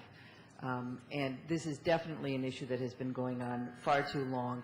And I share the frustration that many people express that we have essentially been saying very similar things for years and years and have gotten absolutely no response from WMATA. At the beginning, people said, well, that will be taken care of down the road, so forth, so someplace else. Now we're hearing, oh, it's too far along, we can't make any changes now. Well, somehow we never hit the point where the changes were to be incorporated. First they were in the future, and now it was in the past. And I don't recall that point at which the changes were made. So it is very frustrating, and I do share the feeling that many people have that, there haven't been any changes. I also want to thank the folks from the District of Columbia who came. I really do think that this is a joint concern. There are many issues in this area that cover both the Tacoma Park, Maryland, and the Tacoma, D.C. neighborhoods, and I think this is one of them. And I very much appreciate the opportunity to work with you all on this issue because I think it affects all of us. There have been some concerns made about various impacts on various neighborhoods, and while that's true, I think the larger issues affect all of us. I think we need to, I also agree with the people who talked about thinking strategically at this point. We do need to think. We're sort of coming to a real point at which things could come to a head either for good or for bad, and I do think that one of the things that I would like to talk with my colleagues about is sort of a way to bring the concerns that all of us have to the WMATA board. There is a real estate committee meeting. I hope, we will certainly send this to all of the WMATA board members, but I'm also hoping that some people can get into the real estate committee perhaps to speak to them. I don't believe that the committees generally have public comments. The WMATA board committees generally have public comments, but we can see if we can do that. Also, I think it is extremely important that many of you all have sent communications to your elected officials letting them know that you haven't forgotten about the issue and you are continuing to work on it. Several of us on the council are also doing the same thing, and we'll step up our efforts between now and the time that the board addresses this again, and I think that's all very important. Someone asked about what would our final, option be. And certainly the council has not in the past been afraid to take up legal action where we thought it was merited. And, I don't think in the future we will be afraid either. It may be a bit premature at this point to talk about exactly what we might do, but this is something of great importance to our community, all of our community. We have been a railroad suburb from our very founding, and many of us rely on the metro station to get to and from our jobs on a daily basis. I think that's one of the attractions of Tacoma Park and Tacoma, D.C. And if we can't do that, or if it becomes more difficult, that is really going to inhibit our quality of life. And so this is not some minor thing to our community. It's extremely important.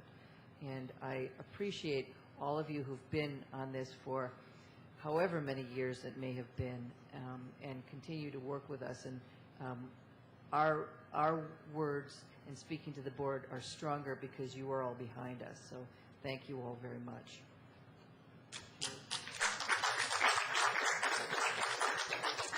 Thank you. I want to thank the mayor for scheduling this public hearing. It is incumbent on us to continue raising awareness about this issue as WMATA does shirk their responsibility on this development project. I also want to thank Sue Silber, the city attorney, for being here tonight and for her dogged efforts on our behalf. Representative Van Hollen is ably represented tonight, and I very much appreciate that. I think that because of champions like Chris Van Hollen, we have been able to hold this project at bay for many years. And when I first came on the council 6 years ago, this was already underway, and the community was up in arms about it then. We keep thinking this is the final event, the decision point, and thankfully it hasn't been. I early on was shocked by how WMATA really did not embrace their mission. They thought that someone else would do it for them, and we all know that that's not the case, and they really do need to be the ones showing that they are the champions of transit, that we have entrusted our land to them with. I was shocked by the Vienna Metro situation, and this is one that Historic Tacoma, Sabrina Barron, and I lived through. Sarah Green, I remember going to Vienna Metro meetings and meeting with the activists in that community that were not satisfied with what WMATA was proposing at that very small site. And they were organized, they had options, they were presenting alternatives, they were being very respectful, they were working through the process that WMATA assured them would allow their concerns to be heard. Well, guess what? They weren't heard. They were considered just so much balance to the people in favor of this plan, some of whom I guarantee you had been paid a few dollars to come in off the street, sign their name, and testify in favor of WMATA's plan. So they will stop at nothing. That just means we have to stop at nothing. And we saw in our community the CVS project go forward over much opposition. You had a Matter of Right building project there, and you had CVS come in and say they would do it with instructions from a select group from the community. Well, guess what? We didn't get something that fits this community. It is to this day an eyesore. It does not generate the civic pride that our community is so well known for. And what we have found in many development projects in our town is that we can find a good fit, and we can balance the interests in projects when it is open to the public to influence that process. I think we've had some very good proposals from people here as well as from those on email lists where they're saying, let's do a charrette, let's do a planning process, let's make sure all the stakeholders do come to the table, people do listen to others, and they forge a consensus about what should happen there. We might need to leave the details up to the experts, but I think we can decide on what our interests are there and how a development can satisfy them. The thing about the community we live in, it's a double-edged sword. It's terrific to be combined, D.C. and Maryland. I think it generates all sorts of possibilities and opportunities for us to have jointly funded projects and for us to have influence in a wider sphere. But on the WMATA issue, it has been used to work against us. No two ways about it. They have simply used that to work against us. We have had home rule issues brought to us as the reason why we should not get involved. And I think that in some ways that was just a way to exercise, the D.C. government, for them to exercise their frustration over the fact that they don't have the right to vote. They do not have the representation that we in Maryland have. It is a terribly frustrating, terribly wrong situation. However, this development project should be discussed and planned and agreed to by this joint community. And I am very pleased that D.C. residents have come tonight, have made their views known, and I hope that even if there is dissenting view, that people will continue to come to this council and let us know those views, because we're not going to give up fighting on this issue. And I really respect the people in this town, and I think they've spoken. You all have spoken, and it is now time for WMATA to listen. And I forgot one very important thing, as I meant to move the resolution. Did you want to second it? I second it. Okay.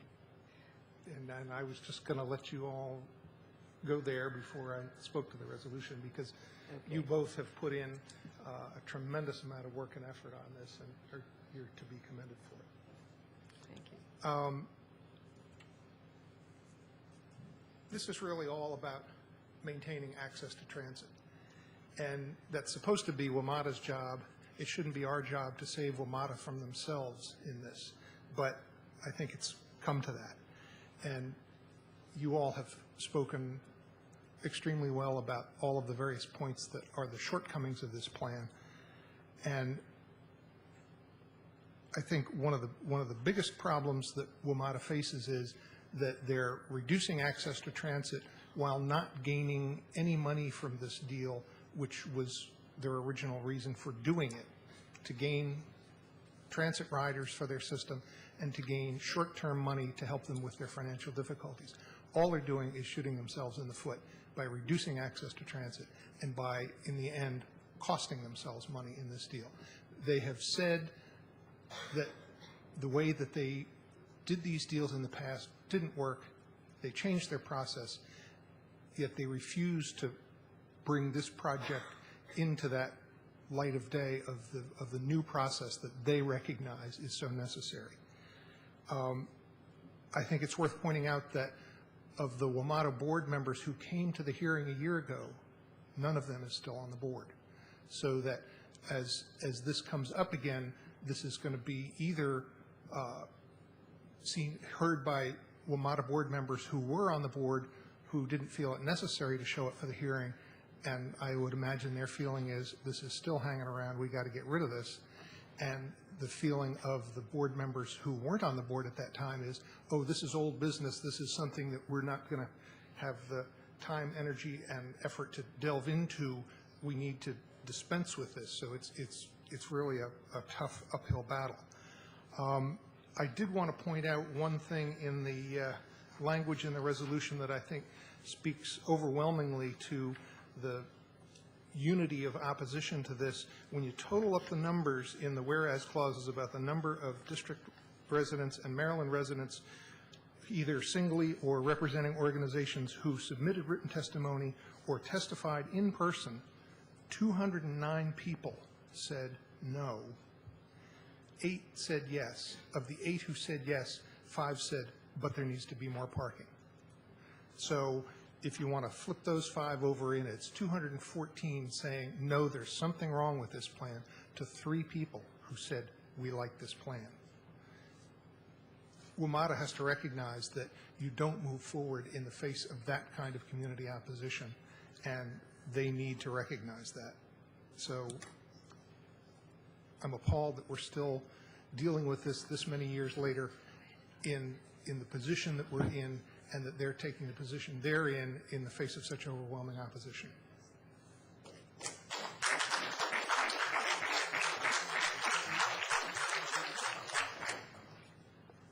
I think Doug was wanting to say something. Yes, just a few brief points. I'd like to thank all of you for coming out tonight and for your many years of support for this issue. I haven't seen the invoices yet, but I would imagine that WMATA and its fellow travelers have probably spent close to $2 million on legal fees and specialists, so they've already started out in the hole. The second point is let the ride-on bus specialists speak openly about future bus service in this area and at that station. Take the muzzles off. Listen, consider. The WMATA group seems to be dug into fixed positions and are no longer listening. Their hands seem to be frozen at the throttle. It's full speed ahead no matter what. I hope that someone there will step forward, someone will show leadership, will take a fresh look, and will come with open minds. If they come back to us with a reasonable proposal, I think we too will need to listen and be ready to consider. Give us a design that we can support. And if you can't do that, if that's not possible, then let's try to find another way to support mass transportation in this area and in this country. Look, the infrastructure needs, including mass transportation here, are in appalling state of neglect. We're spending hundreds of millions of dollars a day in Iraq. If some of that money could be repurposed to fix the bridges, to repair the railroads and the highway, then we would not be in a position where we're groveling and fighting over $2 million. We're all very diminished because we have to fight over this. There must be another way to fund public transportation in this country and in this area, and I hope we can find a way to do it.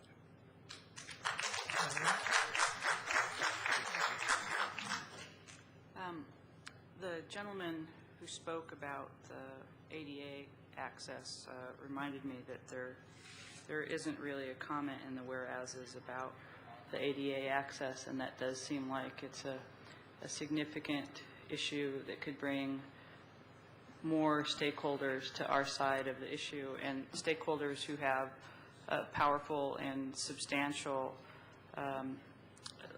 legal recourse. So I guess I would recommend that we add a whereas that says that proposal fails to provide comparable access for disabled transit users as required under the Americans with Disabilities Act. And the proposal actually reduces access for disabled users by moving the disabled access points farther from the elevator and by reducing the safety of disabled users by isolating the elevator access path from public view. The other thing that I wanted to say is that I'm a professional city planner by trade, and in general I'm a big smart growth proponent. And even as developer-friendly as I am, my personal opinion of the WMATA property is that it's actually not big enough to really do anything with. I don't think it's big enough. I don't think it's big enough to retain the kind of parking that you're going to need, the kind of expandability for future transit use, to have some kind of green space. And is Eileen still here? I think Eileen made a really interesting point that, in fact, there's still land available along the metro corridor and in this area to accomplish a lot of the smart growth objectives. And If we're successful at that, it's likely that we're going to need that land also for the green space that it has, as well as for the expanded access. And the last thing that I want to say is that, you know, I heard all the points, and I heard Josh say that it's more of a political battle right now, and it is unfathomable that they would come back with the responses that they have come back with, and the spin, as Sabrina said, and you're looking at them, and you're like, you can't really believe that I'm that stupid, do you? And, you know, for me personally, it's really disheartening to think about such a lack of integrity in the process by which we conduct our public business. And I think the message that I would like to send to the folks who are our representatives on the WMATA board, or our representatives, and your representatives in D.C., is that, you know, this is an integrity issue. You know, I understand as an elected official what it's like to have a project on the track, and then you realize up ahead that there's a cliff and there's no bridge, and it can be really hard to stand up and be the person who has to say that. I mean, I understand that, but you have to do it. If you don't do it, you lose people's faith in you and your ability to accomplish things. And this is a big issue for that. And so what I would say to our folks on the WMATA board is that, you know, it's understandable that this is a big challenge. We get that, but the evidence is overwhelming, and now is the time that you have to stop and say, no, this is a bigger issue than whether or not this person voted on this next time, and then I'm going to not vote on yours. I mean, it's really depressing also to hear people behaving in that way that are elected officials. And so I would come back and I would say, you know, this is an integrity issue. And if you don't pass this test, you know, we don't need you to be participating in the system, because we need to have elected officials and appointed officials who are actually going to act on behalf of the greater public good, even when it's hard.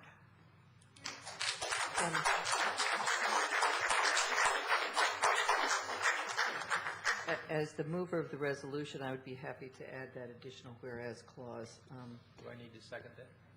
No, we consider it a friendly amendment. Yeah. And I think you're up next, Terry. Thank you. Obviously, and I think we've discussed this over and over again, this is not transit friendly. It does not provide for future transit growth. Primarily, this is not community friendly, and it's not providing and safeguarding the interests of our children and our grandchildren.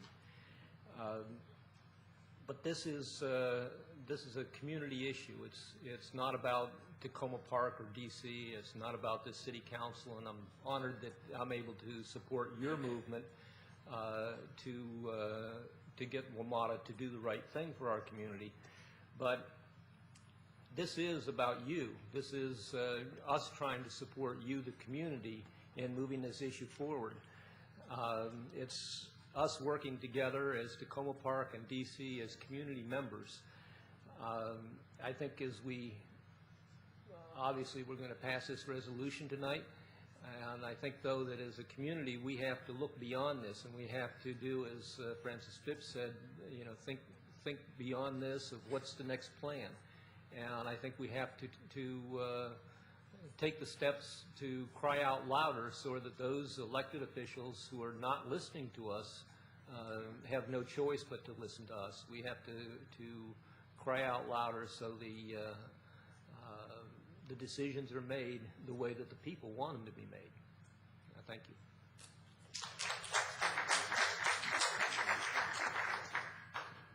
Well, I certainly have no interest in trying to top my fellow council members or the audience's wonderful comments tonight. I really applaud the efforts of everyone, not just tonight, but for many, many years on this issue. For those of you in the audience, I sit up here, and what I look out at is not only you in the audience, but I see these marvelous pictures along the wall of Tacoma Park. And what has occurred to me is that Tacoma Park has, in essence, started in these very rural scenes and become what it is today. And it's become what it is today, a very strong community through the efforts of citizens just like you to keep the pace of development at such a speed that everyone feels that their needs and desires are met in that development process, that it doesn't go too fast to overwhelm us, that it doesn't go to affect certain people to the exclusion of others. Those kinds of things need to be accounted for. So I want to thank everyone for coming. I want to thank my council members, particularly, who have worked extraordinarily hard on this for many, many years. And I know the staff of the city has also worked really hard on this. And I will assure you, one thing that my fellow council members have not said, but I know they feel, because they've said it in private, that the city will be very aggressive in pursuing this. This is not something we're going to let drop. I also want to support the efforts of those of you who've mentioned this, that we need a very strong political strategy. We need to get as many people as we know to make comments into WMATA, not just elected officials, but ordinary people. There are folks who are pursuing the elected officials, but you can talk to your neighbors, you can talk to your friends, you can urge them over and over again to send, it doesn't have to be much, just something like what's over there, to get WMATA to listen. And we will go forward then with an appropriate development, not the EYA thing that has been so rightly criticized tonight. Thank you.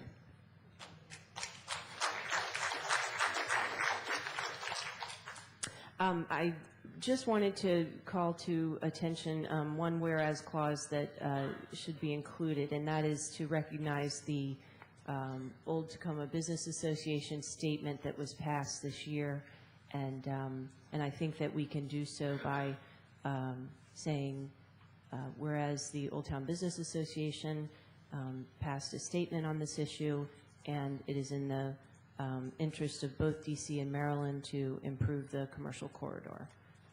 That's what I'd like to propose. Okay. I think that's consistent with the idea of the resolution. And I'd also like to finish up by echoing with appreciation for Sarah, who also mentioned it, the work that Suzanne Ludlow has done on this. Probably more than, we have a very good staff, and probably more than anyone else, Suzanne has put in hours and hours and hours and hours on this particular issue. And to the extent that there is even conversation between the rail people and the bus people, it was because Suzanne, on behalf of the city of Tacoma Park, got them together. Otherwise, to this day, it's quite possible that the bus people wouldn't know very much about this proposal. And so our staff has been in the position of doing a lot of the work that should have been done by other people, but because this is such an important issue to our community, we have had to fill in, and Suzanne has done much of that work, and has probably become, as people who saw her presentation on how the station wouldn't work, quite an expert on this issue. So I just wanted to say thank you to Suzanne also.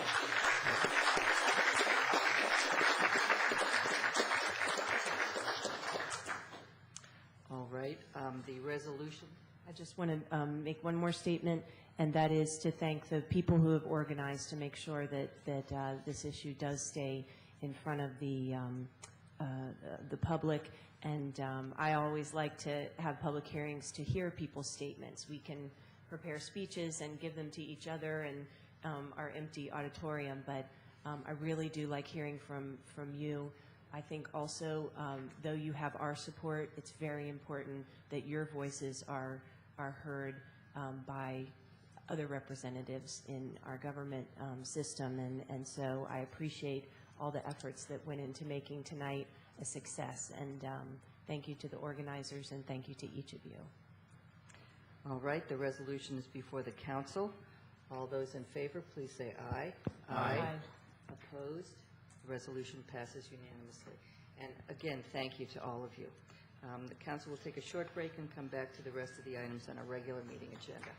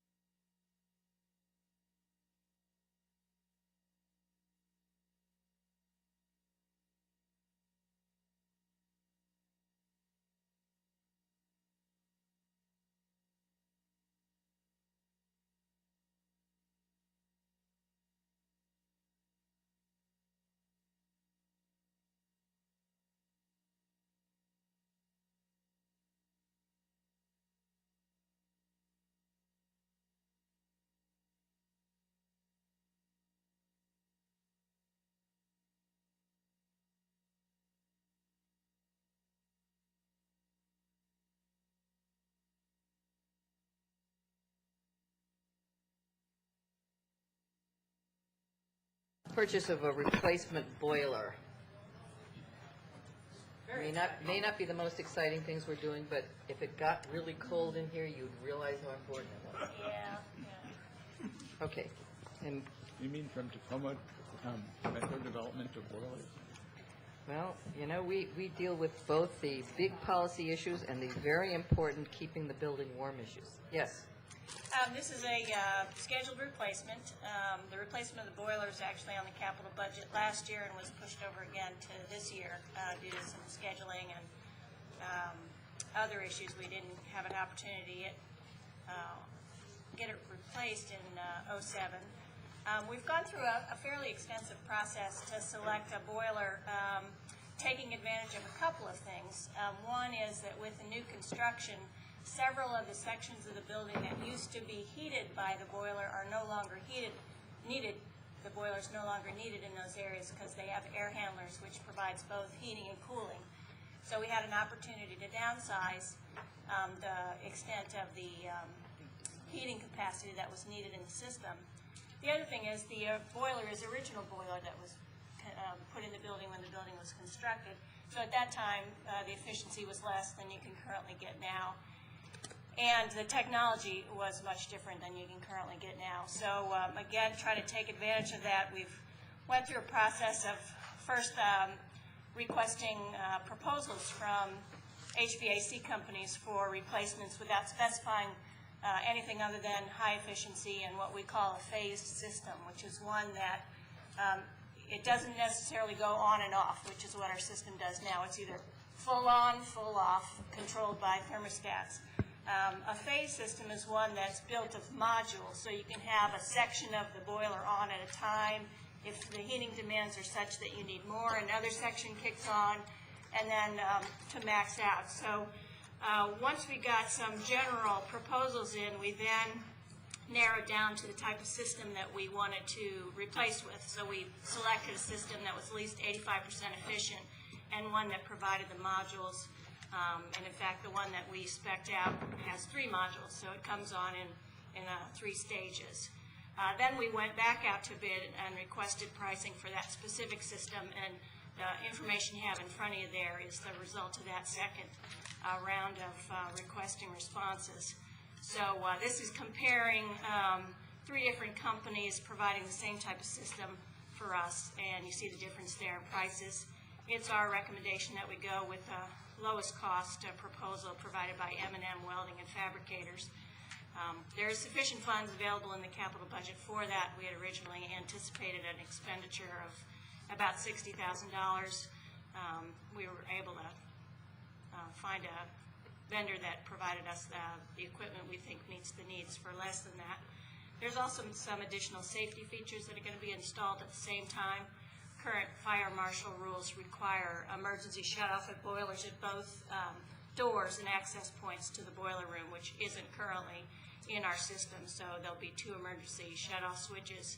And we've also had a historic and difficult to identify leak where our air conditioning system and our heat system fluids commingle. So we're going to be able to solve that problem once and for all when we remove the old system and valve off the heating and cooling system. So it's going to be a good opportunity for us. It won't make the cooling system any more quiet, will it? No, it won't make the cooling system any more quiet. That's a replacement of air handlers, which is kind of a whole nother animal. Too bad. Okay, yes. Quick question. The bids vary quite a bit. Do you have any idea why they vary quite so much? No, especially since the equipment is the same. So they've spec'd out the same identical equipment as well as the safety features that are listed. When we first went through our first round, we got wildly varying responses because some provided phase systems, some didn't have the emergency cutoff, some did. So we went through a second round and very specifically identified what needed to be in the bid. Sometimes it's a factor of how busy a company is or not. I don't really have an answer as to why there's a variation from the top to the bottom of what their almost $20,000 difference, $17,000 difference. Does the replacement of the boiler have any relation to the rebuild in the council chambers? Is it located anywhere in this? The boiler does heat this area. But it's not low. It's not hidden somewhere around. No, there. it's not what they were actually talking about in the moving. basement. Our boiler system, as opposed to some of what you see now in the building where you have units in the room itself or in the ceiling of the room itself that provide heating and cooling, the boiler system is in the basement, and pipes, carry the heated liquid up into the different sections of the building. Any other questions? Would someone like to move the ordinance? This is a single reading ordinance. Okay. Someone like to second it? Second. Okay, it's been moved and seconded. Are there any council questions or comments on the, this is a single reading ordinance because the expenditure was in the budget. Are there any public comments on this single reading ordinance?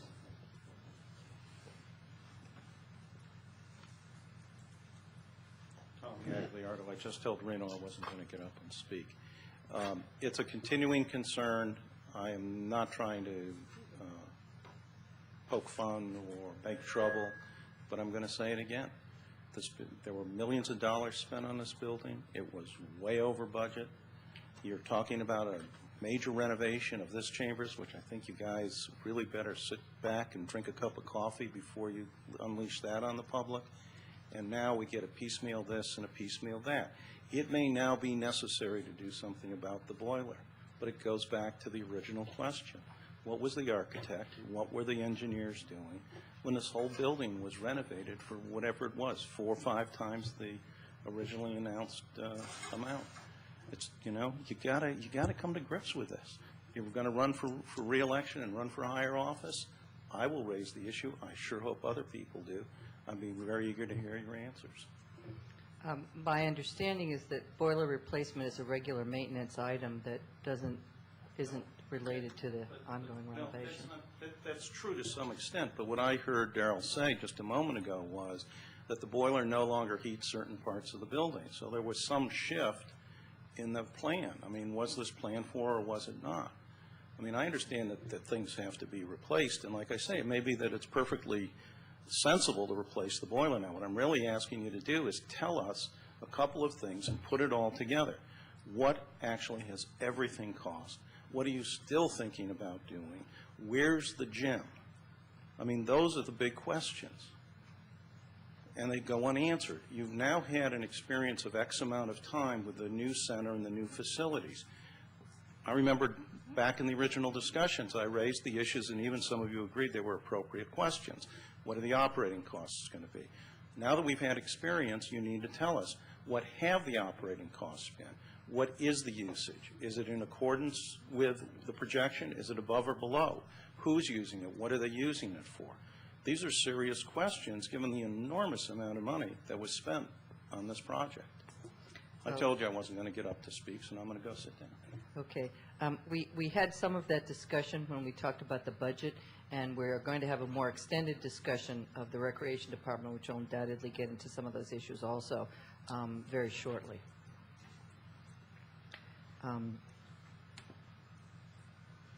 Anybody else? Any other members of the public like to speak? Bruce. Yeah, Darrell, I'm sorry, I was back and came in as you were talking about this. When you were talking about the some parts of the building that the boiler no longer heats, is it? I took it, and tell me if I'm right or wrong, and if I'm wrong, explain it again. I took it as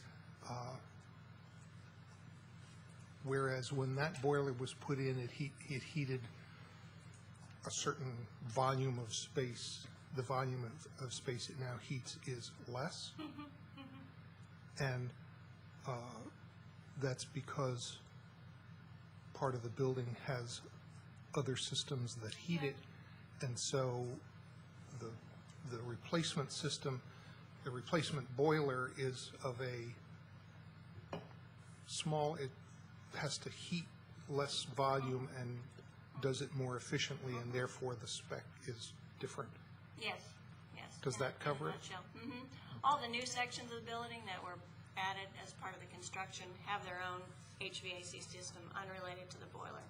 They have heat pumps, and there's no heat required from the boiler for anything new in the building, which still leaves the original old part of the building. There are some areas in the old part of the building that were taken off the boiler system, primarily on the second floor, the game room, the teen room, the dance floor. Those community use spaces, rec use spaces on the second floor are no longer heated by the boiler system. But the council chambers, sections of the police department, and the rear of the third floor, which were always heated by the boiler system, continue to be heated by the boiler. Thank you. Any other council comments? All right. This has been moved and seconded. Since this is a single reading ordinance, would the clerk please call the roll? Mayor Porter. Aye. Councilmember Austenling. Councilmember Berry. Aye. Councilmember Clay. Aye. Councilmember Stevens. Aye. Councilmember Snipper. Aye. Councilmember Williams. Aye. The ordinance passes. Next item on the agenda is the first reading of an ordinance on the fabrication and installation of the interior building signage. We had a discussion of this item last week. As I mentioned, there were 2 responsive bids for the interior building signage for this building. We recommend awarding the contract to the lower bidder, Northwest Sign Industries Incorporated, which is a responsive bidder. The amount of the bid is $48,000. The amount that we had allocated for this project was $35,000, which is the reason for needing a 2-reading ordinance. The funds for the additional amount are available from unappropriated reserve. A budget amendment will be forthcoming soon, and the draft ordinance is attached. Move the ordinance. Second. I know this kind of issue has come up before, and I'm somewhat asking you to repeat yourself, but I wonder if you can explain why we have such a large project for interior building signage. People have said, well, why can't you just, print them out and stick them on the doors?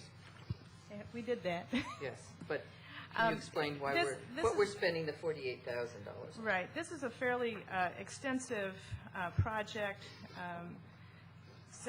200 some signs are required.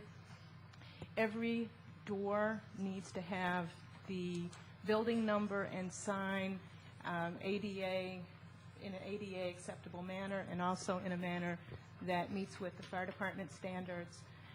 It also includes signage that would be attached to the exterior of this building. It includes kiosk-type map signs within the building, and it also includes some directional signs going through the building.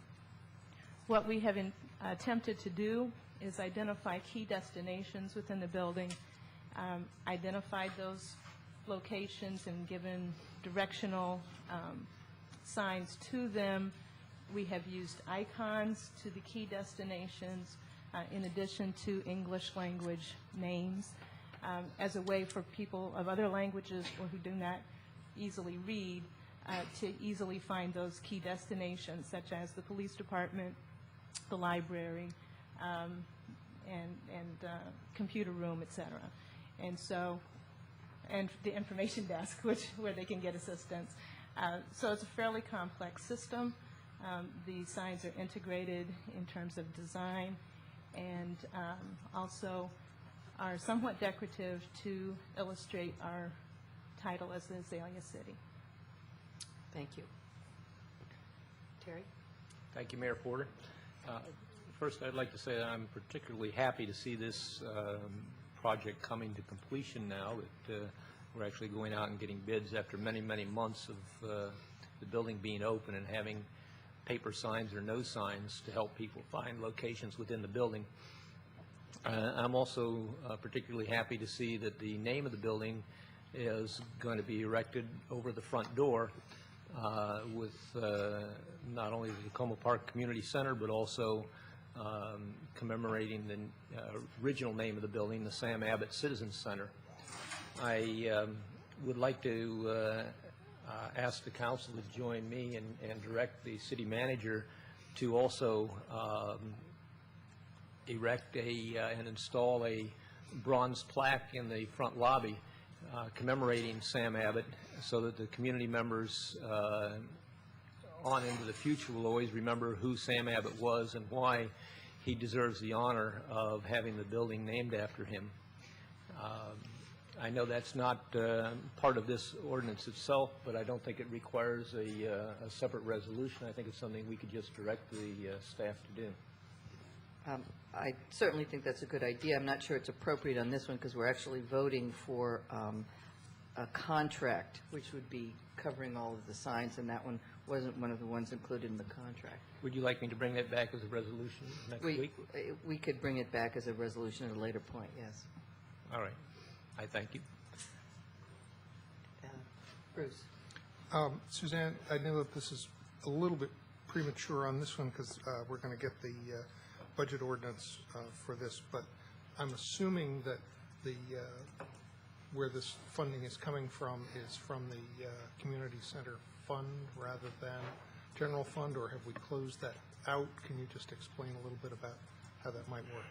I can't, I'm sorry. Okay. I'll need to have Barb respond to you on that. Okay.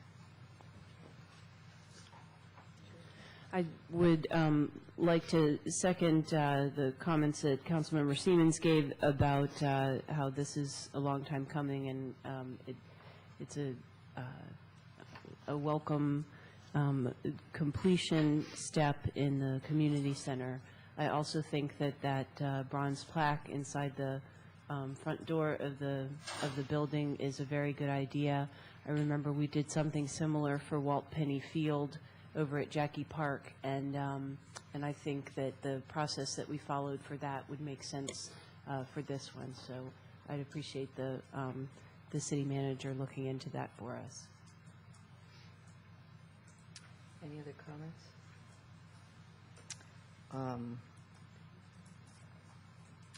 Yes. Okay, thank you. Okay, good. All right, are there any public comments on this? Yep, Reno.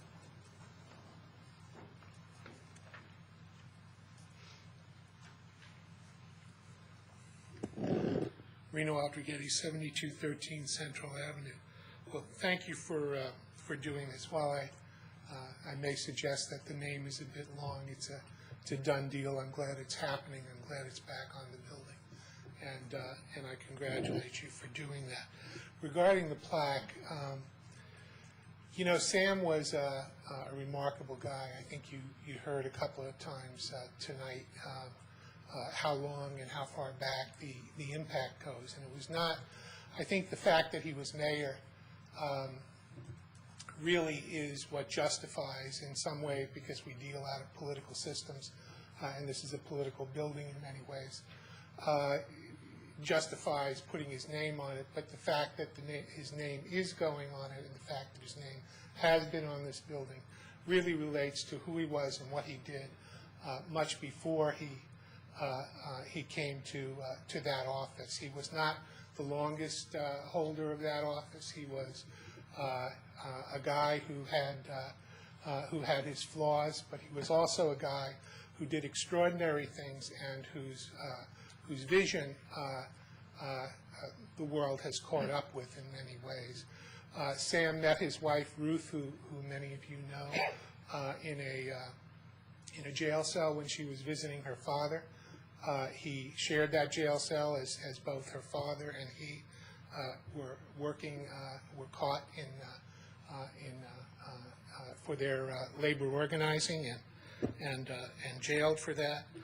Sam was a soldier. He was in the original OSS and came back to his own country to be blacklisted during the McCarthy era. Some would say time of terror in this country.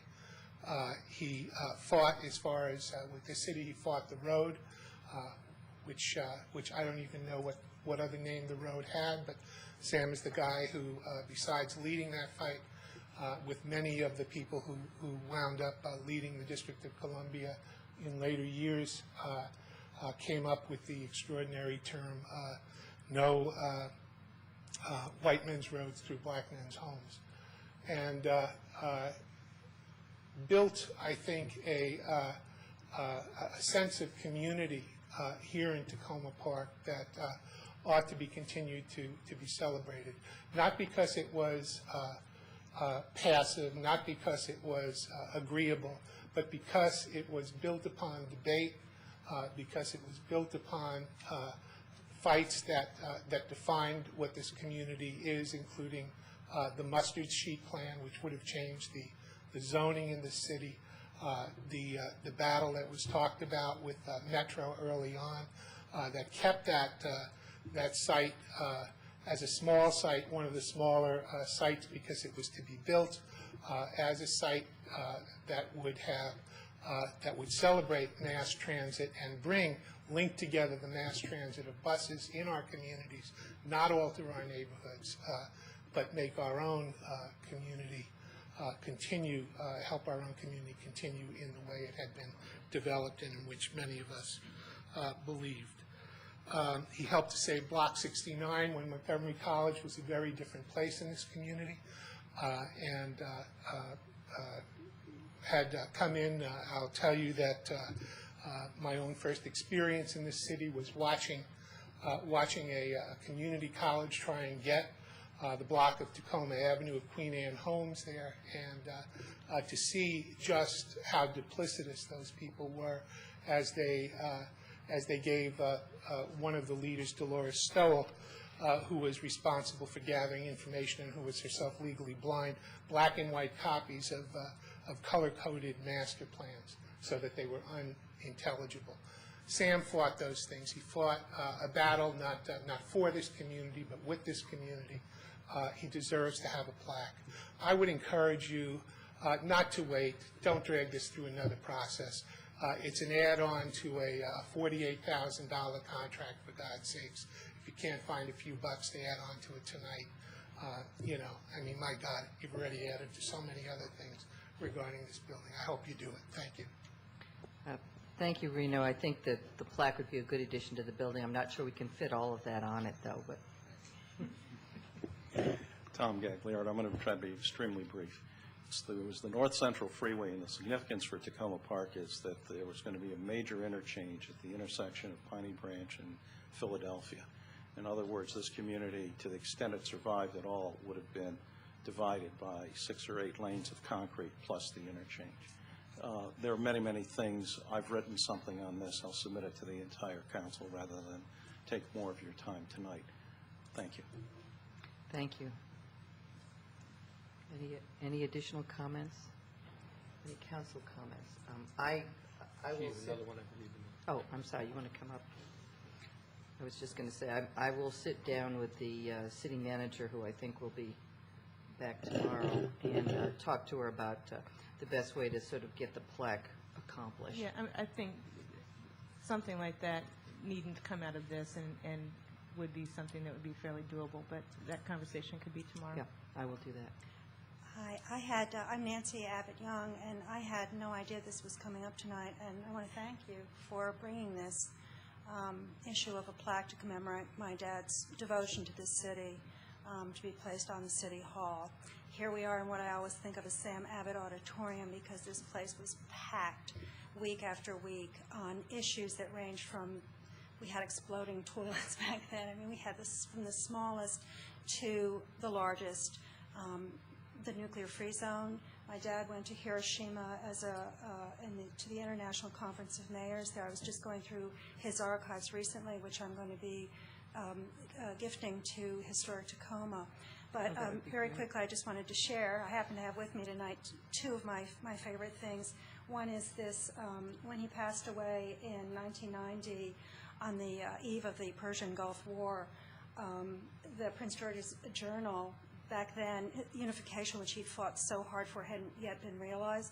But here's a cartoon of St. Peter at the gates, and my dad is hammering in a lawn sign that says nuclear-free zone in heaven. So I like that one. But also, I'm looking for information on the Metro site battle that went back to the early 70s. Even before that, before my dad was mayor and was very much an activist for this community, here's just a little quote. Does a small community like Tacoma Park with its unique topography and trees, its diversity of lifestyles, economic class and race, whose people refuse to be stacked vertically in rabbit warrens of plastic and steel, does this Tacoma Park have a right to be left alone by planners, developers, and politicians? So it was true then, and it's true now, and thanks for considering a plaque to commemorate his spirit. I've been thinking about trying to do with the committee a Sammy Award, an annual Sammy Award for the spirit of citizen participation, local and global, and I'd like to talk to you about how that could be best be done. Thank you. All right. Any other comments? Okay, this is the first reading of the ordinance, and if we wanted to incorporate something into the second reading, that would probably be the appropriate place to do it. So I believe this has been moved and seconded. Yes? Yes, okay. I lose track, apologize. I did. Okay, Colleen moved it, and I believe Terry seconded it. Okay. This is the first reading of the ordinance. All those in favor, please say aye. Aye. Opposed? The ordinance passes at first reading. And then the next part is the ordinance. This is a single reading ordinance because it is not over the budgeted amount. Yes. And David, you're going to talk to us about the gateway signs. Sure. I'm David Sells, Associate Planner with the city. Submitting an ordinance for council approval of the fabrication installation of gateway and identification signs. We received 6 bids, and we're recommending the lowest bidder, ImageWorks, out of Ashland, Virginia. I'll move it. Second. Okay, it's been moved and seconded. Any council comments? We did have a fairly extensive discussion of this. Terry? Thank you, Mayor Porter. I would just say that as enthusiastically as I supported the interior signage, I am in opposition to the gateway signage. It's not that they're not attractive signs, but I, again, point out that they don't achieve the goals that we set out for gateway signage, which was to direct people to our business areas and our community centers. And that notwithstanding, we are estimated to be spending about $1,000, a little over $1,000 a sign for signs to identify our neighborhoods and where people cross the borders and come into Tacoma Park. Again, as I think that's nice, it's attractive, they're pretty signs, but I think it's maybe the wrong priority for the money that we have to spend. I think of the crosswalks that my colleagues have praised that were installed here on Maple Avenue in Ward 4 that are highly visible and long-enduring crosswalks. Community members have brought pedestrian safety as the top issue for this council to deal with, and yet we don't have money to put in those kinds of crosswalks throughout Tacoma Park. I think that's a higher priority and the kind of thing that we should be looking at to spend money on instead of signs saying, welcome to Tacoma Park on every street that comes into the city. And for those reasons, I'll be voting against this resolution ordinance. Yeah, I'd just like to point out the last section of the cover sheet on the back that says that members of the design committee representing the Tacoma Langley Crossroads and Old Tacoma have expressed strong support for proceeding with the installation and continued interest in pursuing the installation of the directional signage that my colleague talked about. So I think if the business owners are in support of this phase and we make a strong case where we need to with State Highway and others about getting the additional signs, I think this is a good project. Are there any public comments on this ordinance, single reading ordinance? Okay. Any additional questions? All right, the ordinance, we had a fairly lengthy discussion of this one. The ordinance is before the council. Since this is a single reading ordinance, would the clerk please call the roll? Mayor Porter. Aye. Councilmember O'Kinley. Aye. Councilmember Barry. Aye. Councilmember Clay. Aye. Councilmember Siemens. Nay. Councilmember Snipper. Aye. Councilmember Williams. Aye. The single reading ordinance passes. The next item on the agenda is the Community Legacy Program application. Are you going to be doing that too, David? Yes. Yeah. So the Community Legacy Program is a planning-based program for implementing citywide revitalization strategies. And the city is submitting an application this year with 4 projects. 2 of the projects were developed by the city, 1 project by Historic Tacoma and 1 by Main Street Tacoma. Last week, in the initial review, the council prioritized these 4 projects, and as is required by the application. And the staff will submit the application before October 2nd, stating that although it's required for this programs to be prioritized, it's the council's opinion that all of these are top priority. The first program is New Hampshire Avenue Corridor Initiative. It's a placemaking and business support initiatives. It's based on the existing New Hampshire Avenue Corridor Initiative, and it's a supplementary funding for that. The second program is a project through Main Street Tacoma to start a revolving loan fund and also undertake a market study for Old Tacoma. The third one is for Historic Tacoma's, a renovation of Historic Tacoma's new building at Tacoma Junction. And the fourth one is the Neighborhood Commercial Enhancements Program, and that's to supplement funding for small-scale improvements in 6 commercial areas in the city. I'd like to move it. Second. Okay, it's been moved and seconded. Is there any additional council comment?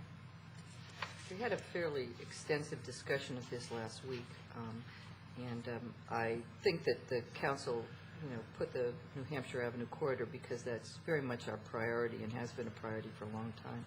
But I was also very pleased to join with my colleagues in moving up both the Main Street Tacoma and the Historic Tacoma up in their priority list. I think the city very appropriately works closely with the Business Association. Economic development is one of the main things that local governments can do. And I also think that we very much want to support the large investment in our community that Historic Tacoma is making by purchasing and now renovating a historic property in one of our business areas. And so I was very glad that both of those projects could be moved up in the priority order. Not a question of any of these projects being not important, but we could move up both of those. So I think that these are all very important projects, and whatever we can do to try and move all of them forward, I think is a very good thing for us to be doing. Are there any additional council comments? Are there any public comments on this ordinance or this resolution? Yes. I spoke last time about my support for the neighborhood commercial area enhancements, and I hope that if they are not funded under this, that we will find a way to do those enhancements. I think they leverage, I think they provide a lot of leverage between the property owners and the city. I think it'd be a great way to leverage a lot of stuff around smaller areas that don't get as much attention as the Old Town Tacoma and so on. All right, there are no public comments. Any additional council comments? All right, this has been moved and seconded. All those in favor, please say aye. Aye. Opposed? The resolution passes. The next one is a Neighborhood Business Works supporting resolution for the Bikram Yoga. And I'm asking Mr. Stephen Pleasant, the owner of Bikram Yoga, to join me just in case council You're has any welcome. questions. So Neighborhood Business Works program is administered by Maryland's Department of Housing and Community Development. It's a loan program providing gap financing for businesses, small businesses in designated revitalization areas, which Tacoma Park is one of. Bikram Yoga has applied for financing for the renovation of their property at 7324 Carroll Avenue. And the council is asked to submit a resolution supporting the projects and the proposed funding. Move the ordinance. Okay, it's been moved and seconded, yes. Do you want to, Mr. Pleasant, just give us a very brief sort of summary of what the idea that you've got for your studio, your yoga studio? The idea that I have? Well, just what you're trying to do, and the GAP funding is going to be used to supplement the funding that I already do have. Mainly it's to provide the monies for the mechanical and the finishes. The mechanical is the plumbing and electrical. The finishes are, for example, like the change rooms, the carpet, the mirrors, and also the insulation. One of the things I came up against is it's an old building, and the challenge of creating a new space in an old building and insulating it. It has to be very insulated because it's Bikram Yoga is the heated yoga where the room is heated. So, and I'm going. that would be challenging in an old building. Yeah, and the insulation is it's not the at least for the hot room, the yoga room itself is the blown-in insulation and not the typical insulation that we see in rolls, the fiber. So did that answer your question? Yes, well, I appreciate it, just as we appreciate the work that Historic Tacoma is doing on their building, appreciate your investment in our community.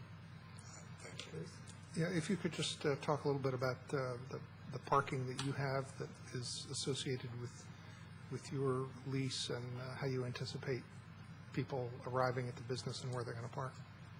Their parking space, there's a parking lot in the back of the building and the rear of the building, and 15 slots are mine. Then there's the Tacoma Park public parking right beside TPSS. A significant number of the students come from the community, so they will be walking or using the public transport. And I know that because I've been marketing the business, of course, for quite some time, and I've gotten over 200 responses from people in the community, and I do ask, well, how will you get there? And one is they're coming from the community, so I don't anticipate a significant number driving. You have 15 behind there? Is that the total lot, or is that what you... It's not the total lot, no. There are 15 that are specifically assigned for Bikram Yoga, so I will have those 15. Okay, that's good. That's more than I thought there might be specifically for... Yeah, I think the lot itself maybe is like 70. Well, no, actually not 70. I don't know. I counted them and I forgot. But I know that how many are mine. Okay. Because my sense is that there may be many more of your customers driving than you anticipate, and sometimes that happens. And as you open and the fire station goes on the temporary fire station goes on the city lot across the street, and things get pinched there, I think there's a sense in some of the neighborhood around you that the parking is going to be squeezed out beyond your lot, beyond the city lot with its limited capacities for a period of time, and possibly necessitate some discussions about parking permit areas and dealing with that. So I would anticipate that you may be dealing with questions about parking and headaches about parking from the point of view of your customers and from the neighborhood coming up in the near future.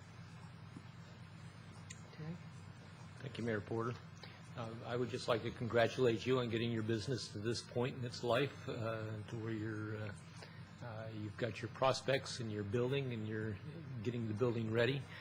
I'd like to thank you for helping with the economic development in that neighborhood. It's something that's needed, and as part of the revitalization, the work that you're doing is a key part of it. And also commend you for finding this possible financing, and I'm pleased to be able to support you in whatever way I can. Thank you.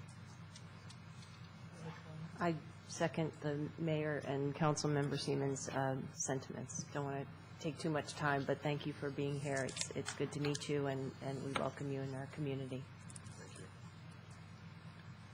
Okay.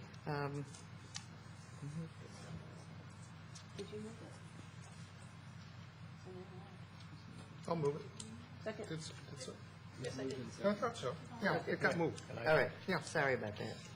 It must be getting late. Are there any public comments on this resolution? All right, seeing none, the resolution is before the council. All those in favor, please say aye. Aye. Opposed? Thank you very much, and we appreciate and welcome you to our community. Thank you. All right, the next item is the second reading on the nominating caucus and city election. We talked about this one at the first reading, but the nominating caucus, I don't want to say the wrong date.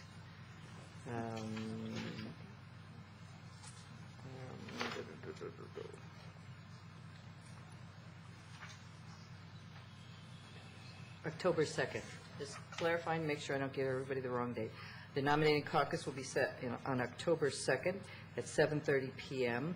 right here, and that the nominations will be in the order of mayor first, and then Ward 2, Ward 5, Ward 6, Ward 3, Ward 1, and Ward 4. I'll move it. Second. Okay, it's been moved and seconded. Any council comments? Any public comments? All right, seeing none, this is the second reading of the ordinance. Will the clerk please call the roll? Mayor Porter? Aye. Councilmember Austin-Lane? Aye. Councilmember Berry? Aye. Councilmember Place? Aye. Councilmember Siemens? Aye. Councilmember Sniffer? Aye. Councilmember Williams? Aye. All right, the ordinance passes its second reading, and the next item is the second reading of an ordinance adjusting the salaries of the mayor and council effective for the members of the next council. I'll move it. Second. Okay, it's been moved and seconded.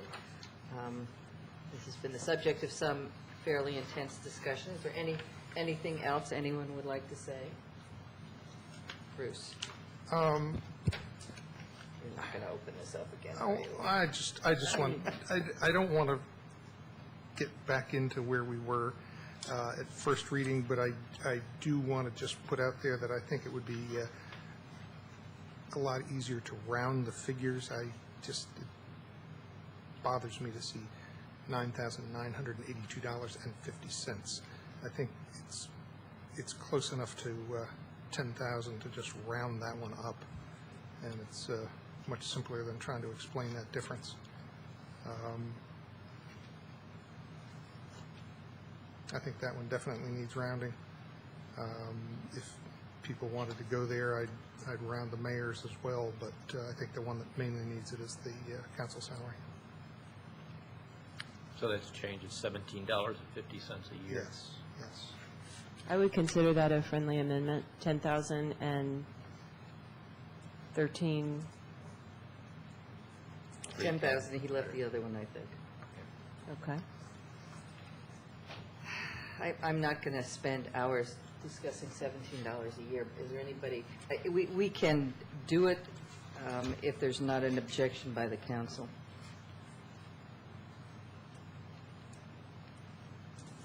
I'm not going to object. I don't see an objection. I think we can consider it moved with that in it. which changes the salary to 10,000 for the council, which I would point out isn't exactly the same as what the committee recommended. But again, I don't think $17. All right. I'd like to also see the mayor's salary either rounded down or rounded up. 13, what is it, 310 is, I don't want to say idiotic, but there, I said it. It just seems a little bit too closely tied to numbers that really can be fallible. You know, you don't hear scientists say that too often, but you just heard it. And I think for us to be wedded to any detailed analysis to the exclusion of making a sensible decision up here on the dais, I would like to see it rounded as well. I would object to that. I think it's not as unround a number as the other one, and I would like to keep something from what the committee recommended to us in this, and I think that would be a good thing to keep because it's not that difficult. So I suppose, I mean, you could propose it by amendment if you'd like, or we could just proceed. Well, what the hey? I propose 13.5 for the mayor's salary. Is there a second? I'll second it. Okay. All right. So we will do this in two parts. We have in front of us a amendment. That's why you didn't want to second it. The council, the council agreed to a amendment, or without objection, the mover and seconder of this ordinance moved it with 10,000 for the council, and the amendment, as I understand it, would raise it to 13.5 for the mayor. All right. Any council comments on the amendment? I continue to feel that we should keep it where it is for the reasons you indicated, as I indicated when we had the discussion the last time. Pardon me? Louder. Oh, I'm sorry. I continue to feel, as I indicated the last time, I don't want to reopen it, that this is a very large jump, so I don't want to increase it substantially beyond that. So I would not vote for this amendment. I would also not support the amendment. I think the numbers that we came to the last time were really a compromise. They were higher than I and some of the other council members wanted to see, but they were not as high as what some of the other council members wanted to see. And the most important thing for me is that they were based on the recommendations that the committee made. I had two concerns about the proposal that was before the council the last time. The one was I thought it was just too high and not sensible. But the other was that I thought that we were disregarding the written recommendations of the committee. And I still feel that way and think that, you know, I'm not going to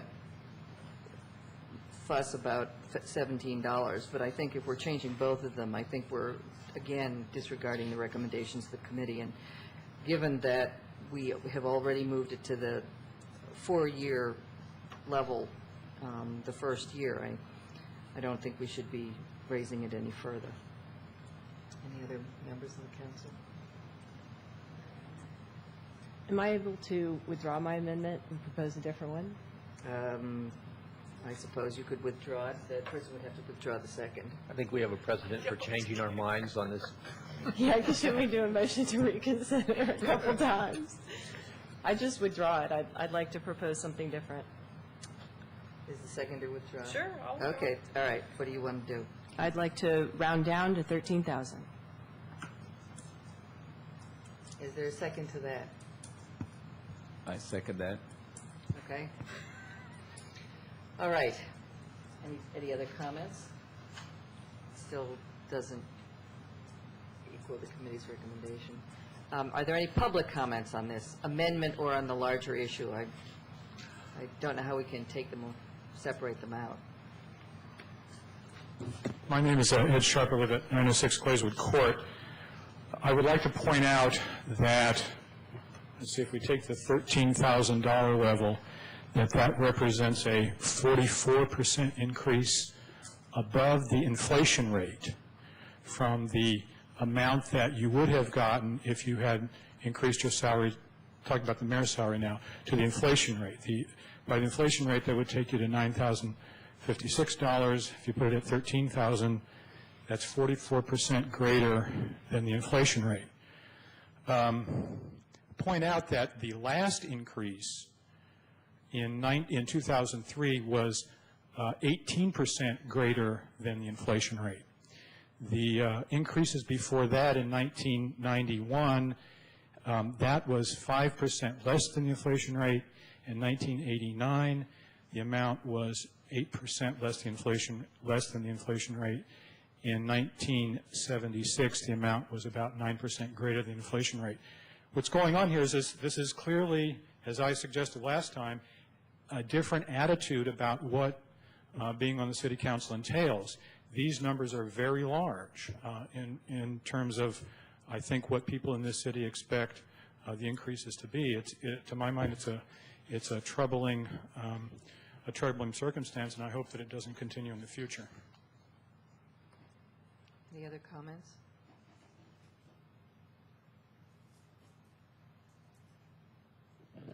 Tom Gagliardo. I'm going to give you some unsolicited political advice. And maybe it's worth exactly what unsolicited advice is worth. But here's my take. I'm sorry. Now you can't hear me. All right.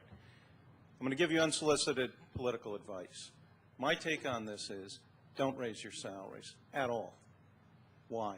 Because you broke the budget 4 times over doing this building. The least you can say to this community is, sorry there's no gym. Sorry we overspent your money. Sorry we're thinking about spending another $1.5 million. Tell you what we're going to do. We're going to suck it up, and we're not going to increase our salaries. None of you are up there for the money. The difference between $8,000, $9,000, $13,000 after taxes can't possibly affect anybody's life. It's symbolic. So if you want somebody to throw rocks at you next month, go ahead and vote it.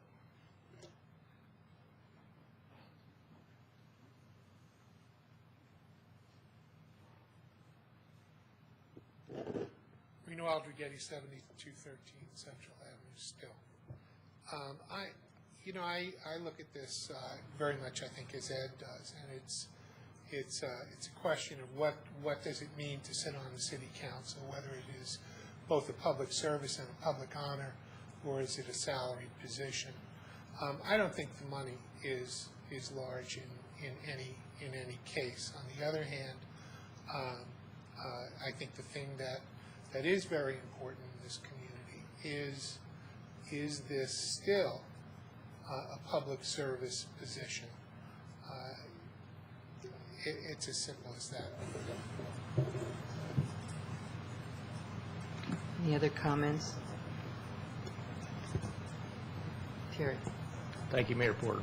I would just like to He's addressing the amendment. Pardon? You're addressing the amendment, right? Okay, I'm addressing the amendment. Can we vote on the amendment? Okay, we'll vote on the amendment, and then we'll talk in general. Okay. The amendment would reduce the mayor's salary to, what are you trying to do? 13? 13 even? And so it would be 10 for the council member and 13 for the mayor. I suppose that's a little bit better. Okay, all those in favor, raise your hand. Opposed? Okay. All right, we've got it 13 for the mayor and 10 for the council. Did anybody want to speak to that additionally? Does that change anybody's point of view on anything? Okay. Does that anybody on the council want to speak to it? Yes.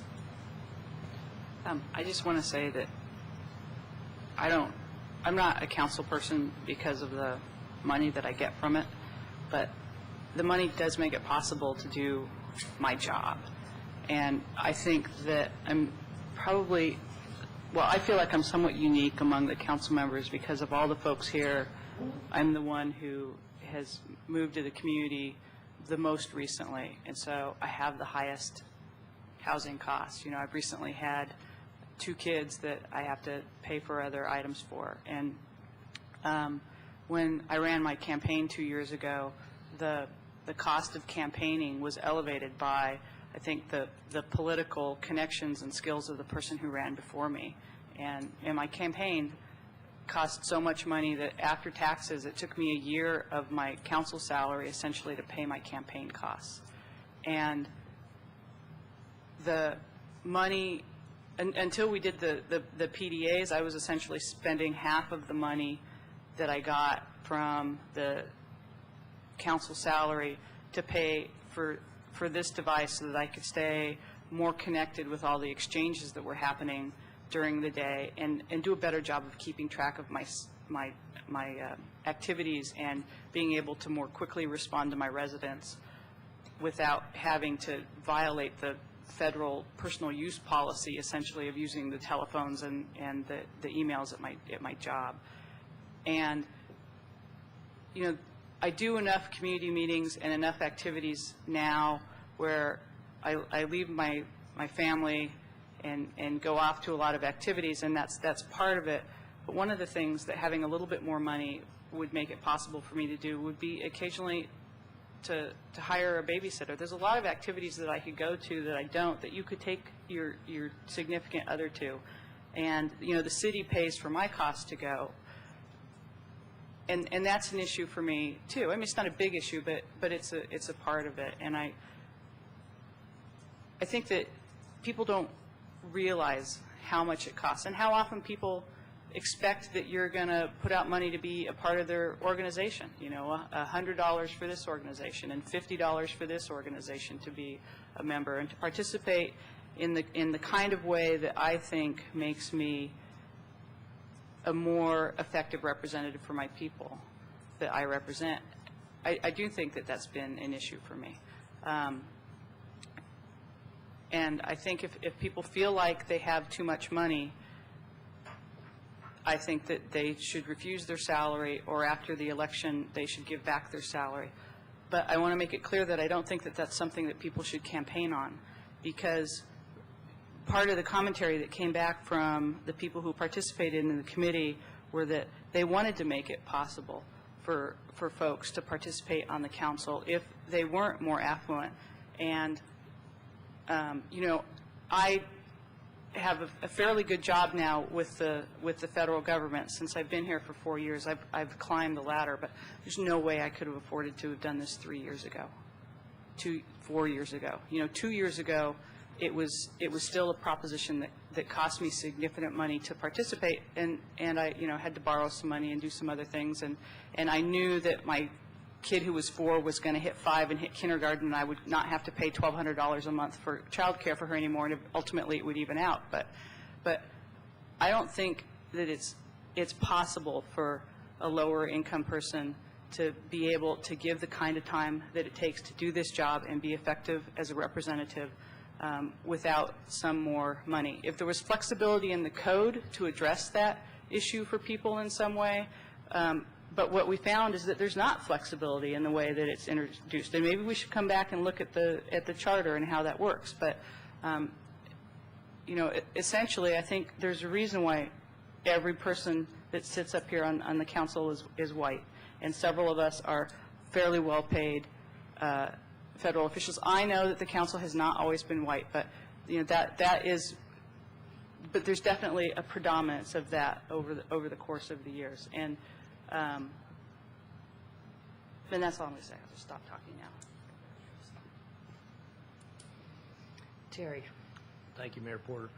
I just say I'm not going to go into my personal finances, because as I need more money, I try to go out and get more work and increase my income. But at the level that we're talking about, increasing the pay to at this point. It still, doesn't pay for my health care and the health insurance, And so I don't think that this is in any way exorbitant or, saying that we're trying to earn a salary as we do this job here.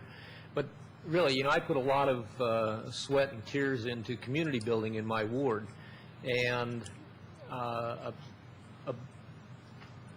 lot of time, a lot of energy in trying to bring community members into the mainstream. I live in a neighborhood, and I represent a neighborhood that has historically been one of the least active wards in Tacoma Park. And I've been working to try to change that. And one of the ways that I measure whether that has changed is when I see people competing for this seat. That's a goal that I have and have had. I stated that when I first joined this council.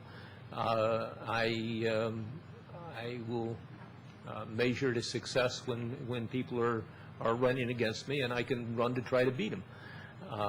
But I have contended for several years, and I know that Mr. Sharp will remember when I was on the committee with him on the last council compensation committee that I argued for higher pay for the council, in my belief that that would help the lower income residents of the city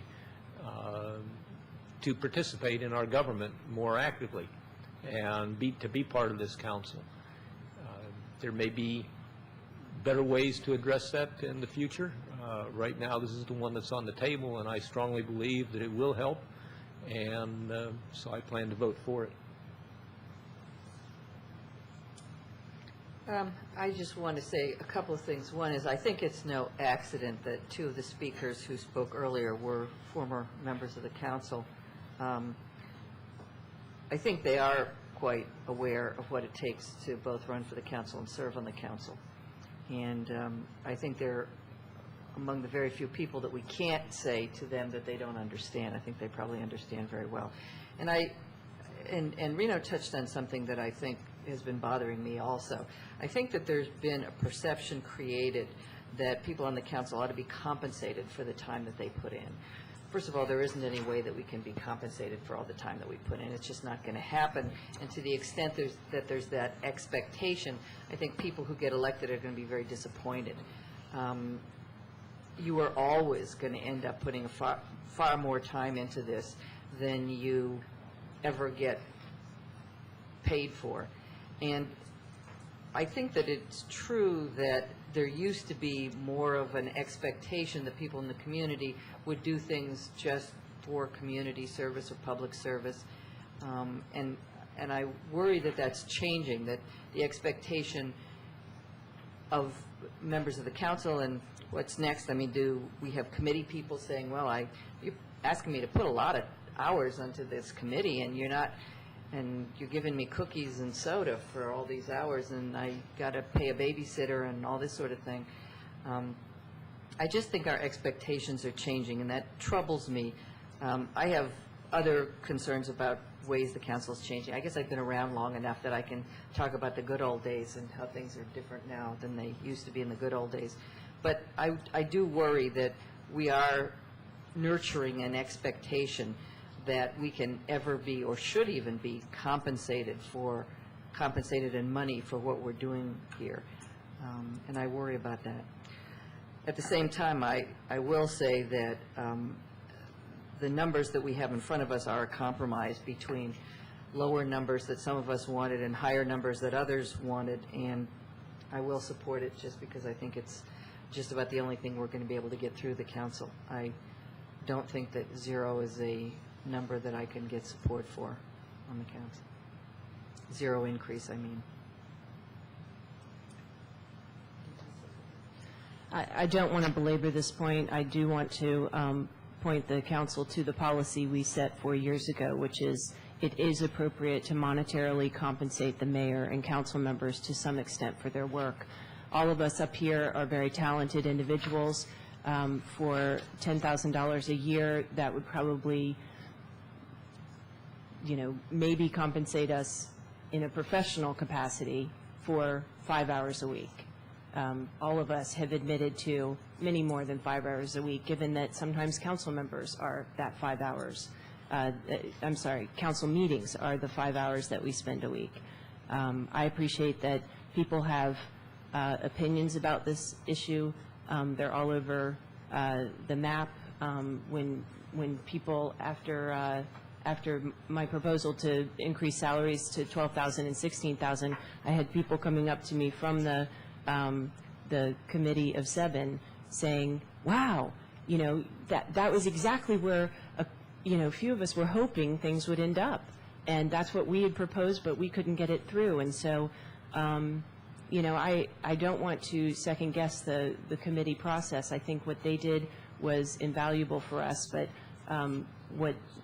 what they did was show us what people not on the council and who had never run for council would consider starting to get close to something of an attractive salary. And I think that balances, it helps balance our perspective and the perspective from the commenters tonight. So I do feel good that we've reached something of a consensus position here, and I think that as I leave the council in November, I, would consider this my affirmation of the work that each council member who remains and each council member who is elected into office and the work that they do. I think that it should be affirmed. It isn't often affirmed, and especially when you're talking about giving small salary increases to council members that you depend on 24/7. I do think this is appropriate, and this is exactly in the spirit of the council's policy. Since my colleague has read one of the items in the ordinance, let me just point out that the second item, which is ahead of the one that she read, is that full monetary compensation for the mayor and the council members is not appropriate. All right, anything else? Additional public comments? No. All right. This is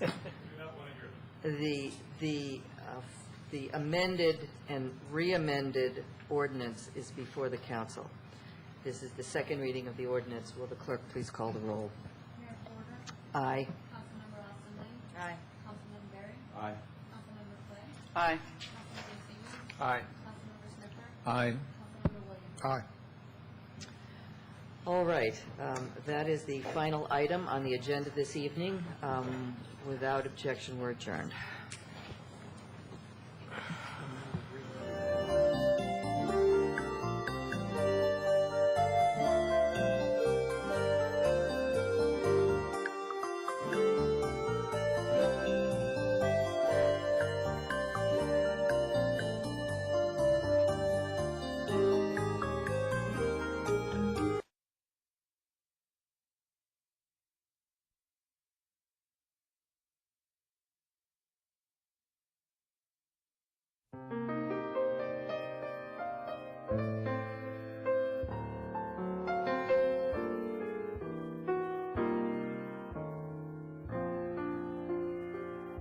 Don't you know he is king of the saxophone?